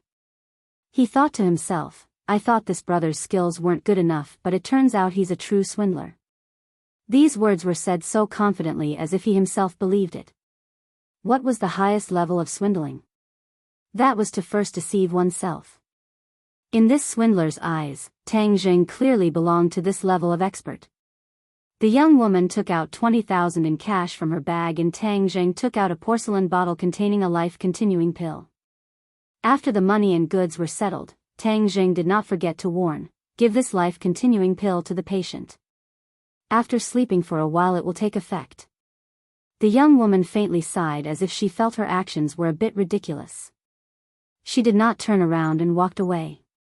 Tang Zheng put the 20,000 in his pocket. This woman did not look like someone who would go back on her words. Tomorrow night she should send the money over. Aya, this is bad. What if she doesn't send the money over? He really should have left her a way to contact him. Just now he was only thinking about selling the pill and neglected such a crucial point. Senior, please accept me as your disciple. In the future I'll follow you. The swindler grabbed Tang Zheng's arm as if he had found a great treasure and said with incomparable excitement. Tang Zheng stared blankly for a moment. He immediately understood that the other party thought he was a swindler. He bitterly smiled and explained, I'm really not a swindler. That's right. Senior, you're not a swindler. Senior, please accept me as your disciple. I'll do anything for you. Tang Zheng really didn't have the mood to tangle with the swindler. He flung his sleeves and said, You've got the wrong person. Then he quickly slipped away, leaving the swindler stamping his feet in regret. Mu Hongyan walked to the door and shook her head with a bitter smile. She really was too naive tonight. She actually believed the words of a Jianghu swindler and spent 20,000 yuan to buy some life-continuing pill. She took out the porcelain bottle and carefully examined it. The quality of the porcelain bottle was very poor, it was just a street vendor. It was not compatible with a heaven-defying item like the life-continuing pill. The more she looked at it, the more she felt that she had been cheated. Forget it. If I was tricked, then I was tricked. At least he gave me a glimmer of hope. She opened the door and heard a fairy-like voice. Mom, you're back. A little girl rushed over and threw herself into her arms like a fairy. Nana, don't run so fast. It's easy to get tired. She hugged her daughter and lovingly said. Hee, Nana won't be tired when she sees Mom. The little girl said in a childish voice. This was a 4 or 5-year-old little girl. She looked like she was carved from jade, just like a doll. But her face was very white. It was abnormally white and could even be said to be deathly pale. Her complexion was clearly not good and showed that she was in an unhealthy state. Mu Hongyan hugged her daughter and said, It's already so late and you're still not sleeping. Didn't I tell you to sleep early and wake up early? Nana misses Mom. Nana wants to see Mom before going to sleep. Nana is afraid that if she doesn't wake up, she won't be able to see Mom again. Nana hugged her mom's neck and affectionately said. When Mu Hongyan heard this, tears immediately flowed down as she said, Nana, don't be afraid. Nana won't not wake up. Nana will always be fine. Mom, don't cry. You won't be obedient when you cry. Mom said that good children won't cry. Nana is a good child so I won't cry. Mom is also a good child so Mom shouldn't cry. Nana said as she wiped her tears with her tender little hands. Mu Hongyan choked with sobs as she nodded her head, and, Nana is a good child. Mom is also a good child. Mom won't cry, won't cry. But the tears still flowed down her cheeks like pearls from a broken necklace. Madam, don't be sad. Heaven helps the worthy. Nana is so obedient and so cute. There will definitely be a way. The servant mother Wu walked over and comforted her with red eyes. And, Nana will definitely get better. Mu Hongyan said, but she didn't dare to believe the truth of her words. Mother Wu, take Nana to rest. No, I want to stay with Mom for a while. Nana likes to be with Mom the most. Nana intimately leaned her head on her shoulder. Okay, then stay with Mom for a while. Then go to sleep. Okay. Mom, what's that in your hand? It smells so good and looks delicious. Nana suddenly pointed at the porcelain bottle in Mu Hongyan's hand and said. This is nothing. But it smells so good. Is there something delicious inside? Smells good? Mu Hongyan had a face of suspicion. You really smell it? That's right, it really smells good. There must be something delicious inside, right? Nana is very smart, so she must have guessed right. Nana clapped her little hands and said excitedly. Mu Hongyan was confused. She didn't smell any fragrance, so how could Nana smell it? Nana, sit for a bit. She placed her daughter on the sofa and then walked to the side with Mother Wu. Mother Wu, do you smell the fragrance inside the porcelain bottle? Madam, I don't smell anything. What is inside? Mother Wu asked in a strange voice. Mother Wu, you go rest first. I'll take care of Nana to sleep later. Okay, madam. You should also rest early. Mu Hongyan stared at the porcelain bottle in a daze. A ridiculous thought appeared in her heart. Could it be that person wasn't a swindler and there really was a life-continuing pill inside? But why didn't Mother Wu and I smell anything, but Nana smelled the fragrance? She couldn't figure it out. Mother, what are you doing? Did you eat something delicious by yourself? Can Nana eat it? Nana also wants to eat. Nana pitifully said. Mother is here. Mother didn't eat anything delicious. Mu Hongyan walked over to her daughter's side with mixed feelings. Nana, there is something inside. Do you want to eat it? Nana heavily nodded her head. She licked her lips and impatiently said, Nana wants to eat it. Such a fragrant thing must be delicious. Mu Hongyan hesitated. Should she give it to her to eat or not? Nana only has a month to live. Even if you don't give it to her, after a month, she will leave this world. But what if this is poison? What if something happens to Nana after eating it? Even if a scammer's medicine is fake, they wouldn't dare to make it poisonous. Otherwise, if someone eats it, it would cause a lot of trouble. Perhaps this isn't some life-continuing pill, but it definitely isn't poison. But if something really happens to Nana after eating it, I definitely won't let that scammer off. Her eyes flashed with a trace of fierceness. There was actually a kind of pressure that came from her. Nana, since you want to eat it, then Mother will give it to you. Mu Hongyan poured the life-continuing pill into her palm. It was sparkling and translucent, just like a pearl. Her eyes lit up. This appearance was very good. Wow, it's really fragrant. I want to eat it, I want to eat it. Nana impatiently grabbed the life-continuing pill and directly put it into her mouth. Mu Hongyan stared at Nana, afraid that she would have a bad reaction.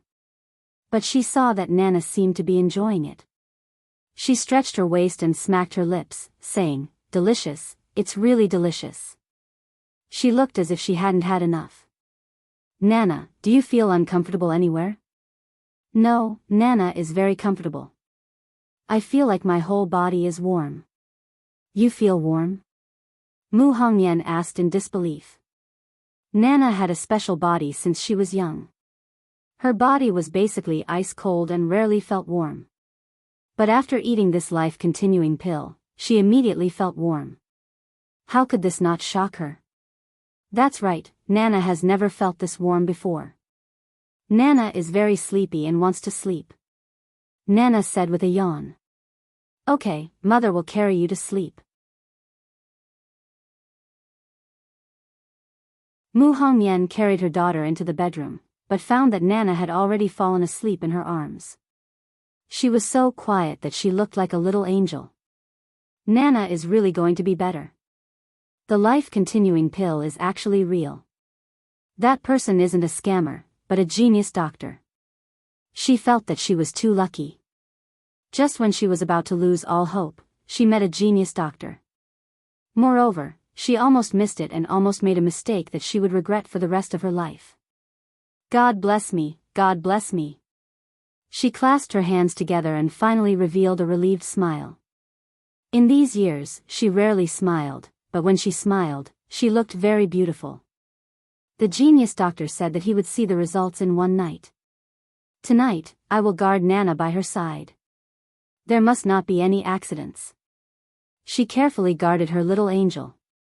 She saw that Nana's breathing was steady and unknowingly, a healthy red flush appeared on her pale face.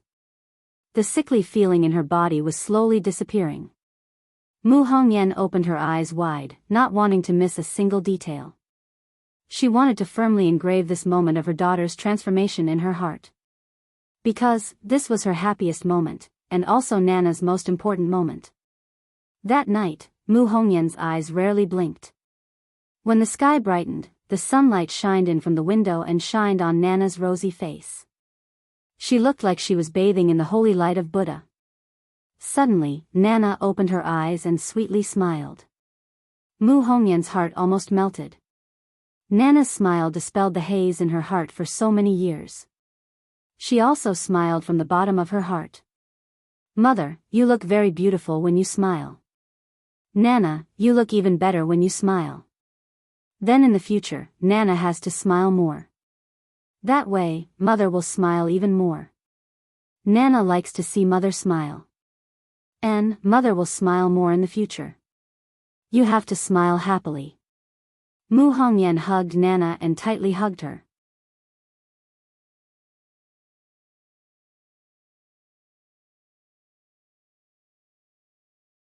Chapter 69. Tang Zheng had been worrying all day about whether he would receive the rest of the money tonight. If the other party really treated him as a swindler and did not give the patient the life-continuing pill, or if the patient took the life-continuing pill but did not want to give the rest of the money, then he would really want to cry but no tears would come out. Why was I so stupid? I should have asked for the other party's contact information yesterday. He blamed himself. Forget it, if I really can't get the money back, then I can only think of another way. But tomorrow is the deadline, I don't know where he will go to find a way to get the remaining $80,000. A single cent stumped a hero. As night fell, Tang Zheng wore a hat and wrapped himself up tightly as he walked towards the hospital. Suddenly, the figure of the young woman from last night jumped into his eyes, only to see her standing in front of Tang Zheng's stall yesterday, looking around anxiously waiting. The passers-by would occasionally look at her, because she was simply too dazzling. Tang Zheng then realized that other than being mature and charming, she was also emitting a noble aura, causing people to respect her. But this time, she was not alone, she was holding the hand of a little girl carved out of jade. That little girl seemed to have walked out of a fairy tale, causing Tang Zheng to like her at first sight. When Mu Hongyan saw Tang Zheng, she was so surprised that she almost shouted unspecified currency, unspecified currency, unspecified currency, unspecified currency. But when she thought about her attitude towards the godly doctor last night, she realized that she was too rude. She actually doubted the godly doctor and did not even give enough money. The godly doctor had a strong self-esteem. If her actions hurt the godly doctor's self-esteem, and if the godly doctor did not appear today, then she would really regret it to death. So when she saw Tang Zheng appear at this moment, her surprise was so strong, and it was accompanied by a strong feeling of gratitude. She held her daughter's hand and quickly walked towards Tang Zheng, respectfully saying, "Godly doctor, I finally see you again, thank you for saving Nana." As she spoke, she actually wanted to kneel down in front of Tang Zheng. This scene really attracted the attention of many people. Many people looked at this strange scene. This beautiful young woman was actually kneeling down like a guy wrapped up tightly. What kind of drama was this? Tang Zheng hurriedly pulled her hand to stop her. Her hand was very soft and delicate, just like the world's best jade. Absolutely not. I am truly grateful to the godly doctor. Godly doctor, please accept my bow. This is the only way to express my gratitude. Mu Hongyan excitedly said. In her entire life, other than her parents, she had never knelt to anyone else. This time, she sincerely knelt. In her heart, Tang Zheng was a highly respected godly doctor. This level of godly doctor was obviously an old man, so it was equivalent to kneeling to an elder. There's really no need. If you continue like this, I'm going to leave. Tang Zheng said helplessly. All right then. The godly doctor's benevolence and righteousness is truly admirable. Tang Zheng was puzzled. When did I become benevolent and righteous? I only sold a life-continuing pill. However, he was happy to see the young woman like this. This meant that the life-continuing pill was effective. His money was no longer a problem. "Mommy, who is he?" Nan stared with her black eyes and curiously asked. "He is Grandpa Godly Doctor." "Nana, quickly say hello to Grandpa Godly Doctor," Mu Hongyan said. Cough cough. Tang Zheng almost choked on his saliva.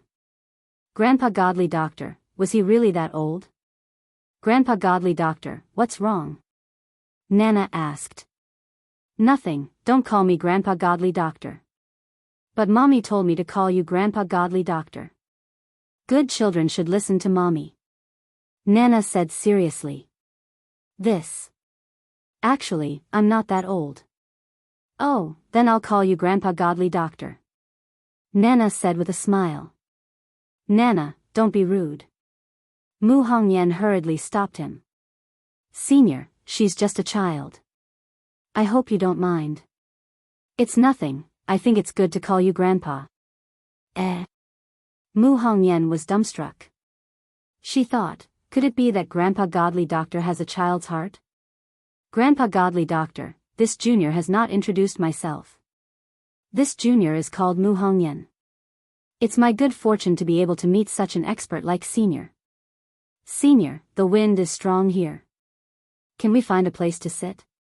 Mu Hongyan carefully suggested. Tang Jing originally planned to take the money and leave. He did not expect the other party to make such a request. "Grandpa Godly Doctor, can we find a place to sit? Nana wants to stay with you for a while."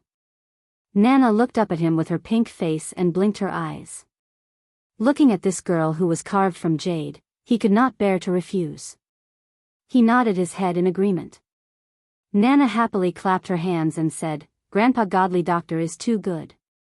Grandpa Godly Doctor is a good person." Looking at her pure and cute appearance, Tang Jing felt incomparably happy. He smiled and said, "You're called Nana, right?" "That's right." "What's Grandpa Godly Doctor's name?" "Nana, you can't be so rude as to ask for Senior's name." Nana seemed to understand and said, "Oh, then Nana won't ask." "Grandpa Godly Doctor, can we go to the tea house over there?" Mu Hongyan asked. Tang Jing nodded and the few of them walked towards the tea house. Suddenly, Tang Jing felt his hand being held by a small hand. Nana's left hand was holding her mother's hand and her right hand was holding Tang Jing's. Her face was brimming with a satisfied smile. Mu Hongyan was frightened by Nana's actions. She seemed to be afraid that she would make Tang Jing unhappy. She hurriedly apologized. "Grandpa Godly Doctor, Nana is still young, so a child's temperament." Tang Jing waved his hand and said, "It's no matter." Mu Hongyan let out a long sigh of relief. He was indeed a highly respected senior.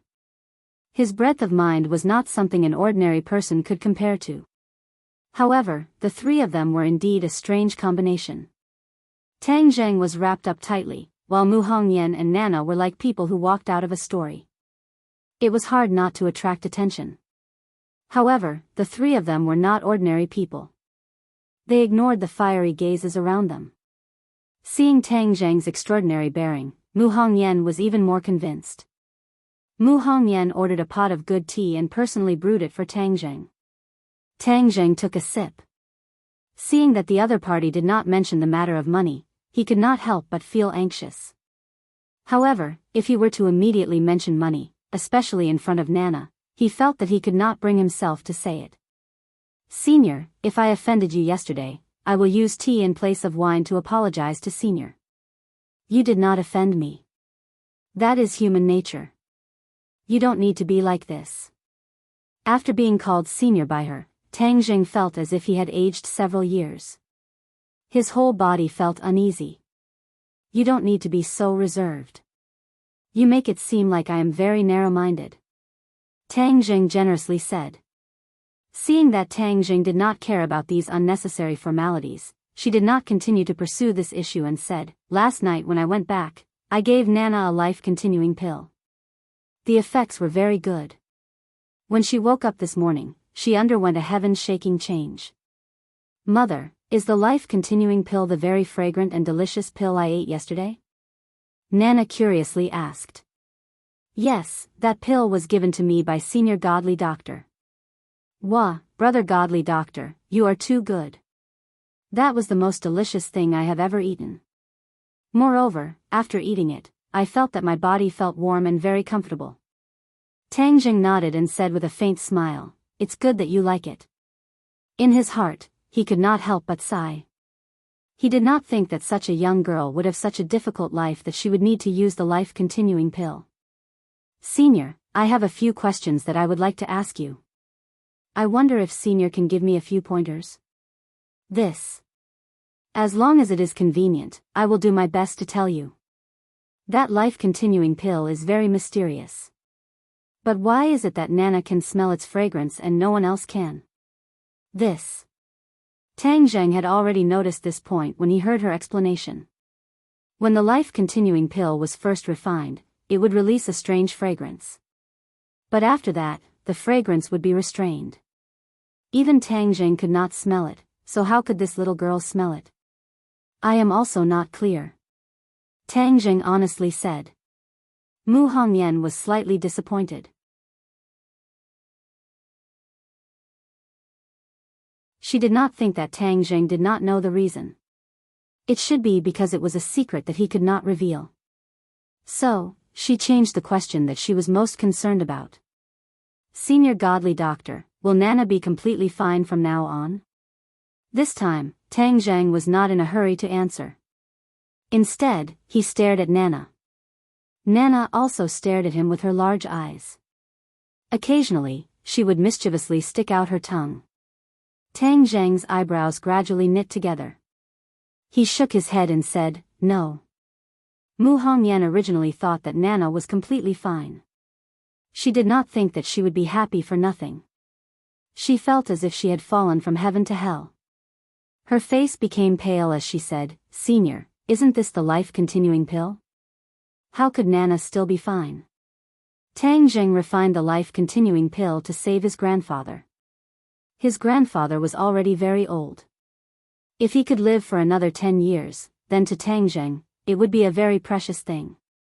However, 10 years was not enough for Nan Nan, who was only 4 or 5 years old. 10 years later, she would only be in her teens. At that time, the premature death of a young girl in the prime of her youth would bring even greater pain to her family. Listen to me. This life-continuing pill can only extend a person's lifespan by 10 years. It cannot extend a person's lifespan by 100 years. Do you understand? 10 years of lifespan? Only 10 years?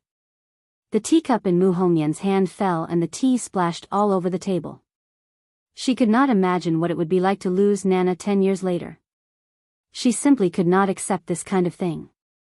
Moreover, Nana's problem is not as simple as you think. The life-continuing pill can extend her lifespan by 10 years, but in these 10 years, her body will be tortured. Tang Zheng's tone changed and became gloomy. Tortured? Mu Hongyan was dumbstruck. She felt that she had been happy too early. The situation had far surpassed her imagination. What torture? Nana is still a child. These past few years, she has already suffered a lot. She is still a child, so this kind of suffering should not happen to her. Nana's hands held her little face as she blankly looked at the two people. She did not really understand what the adults were saying. She seemed to understand and said, Mommy, Nana is not afraid of suffering. As long as I can be by Mommy's side, Nana is not afraid of suffering. Even if Nana suffers too much, she is not afraid.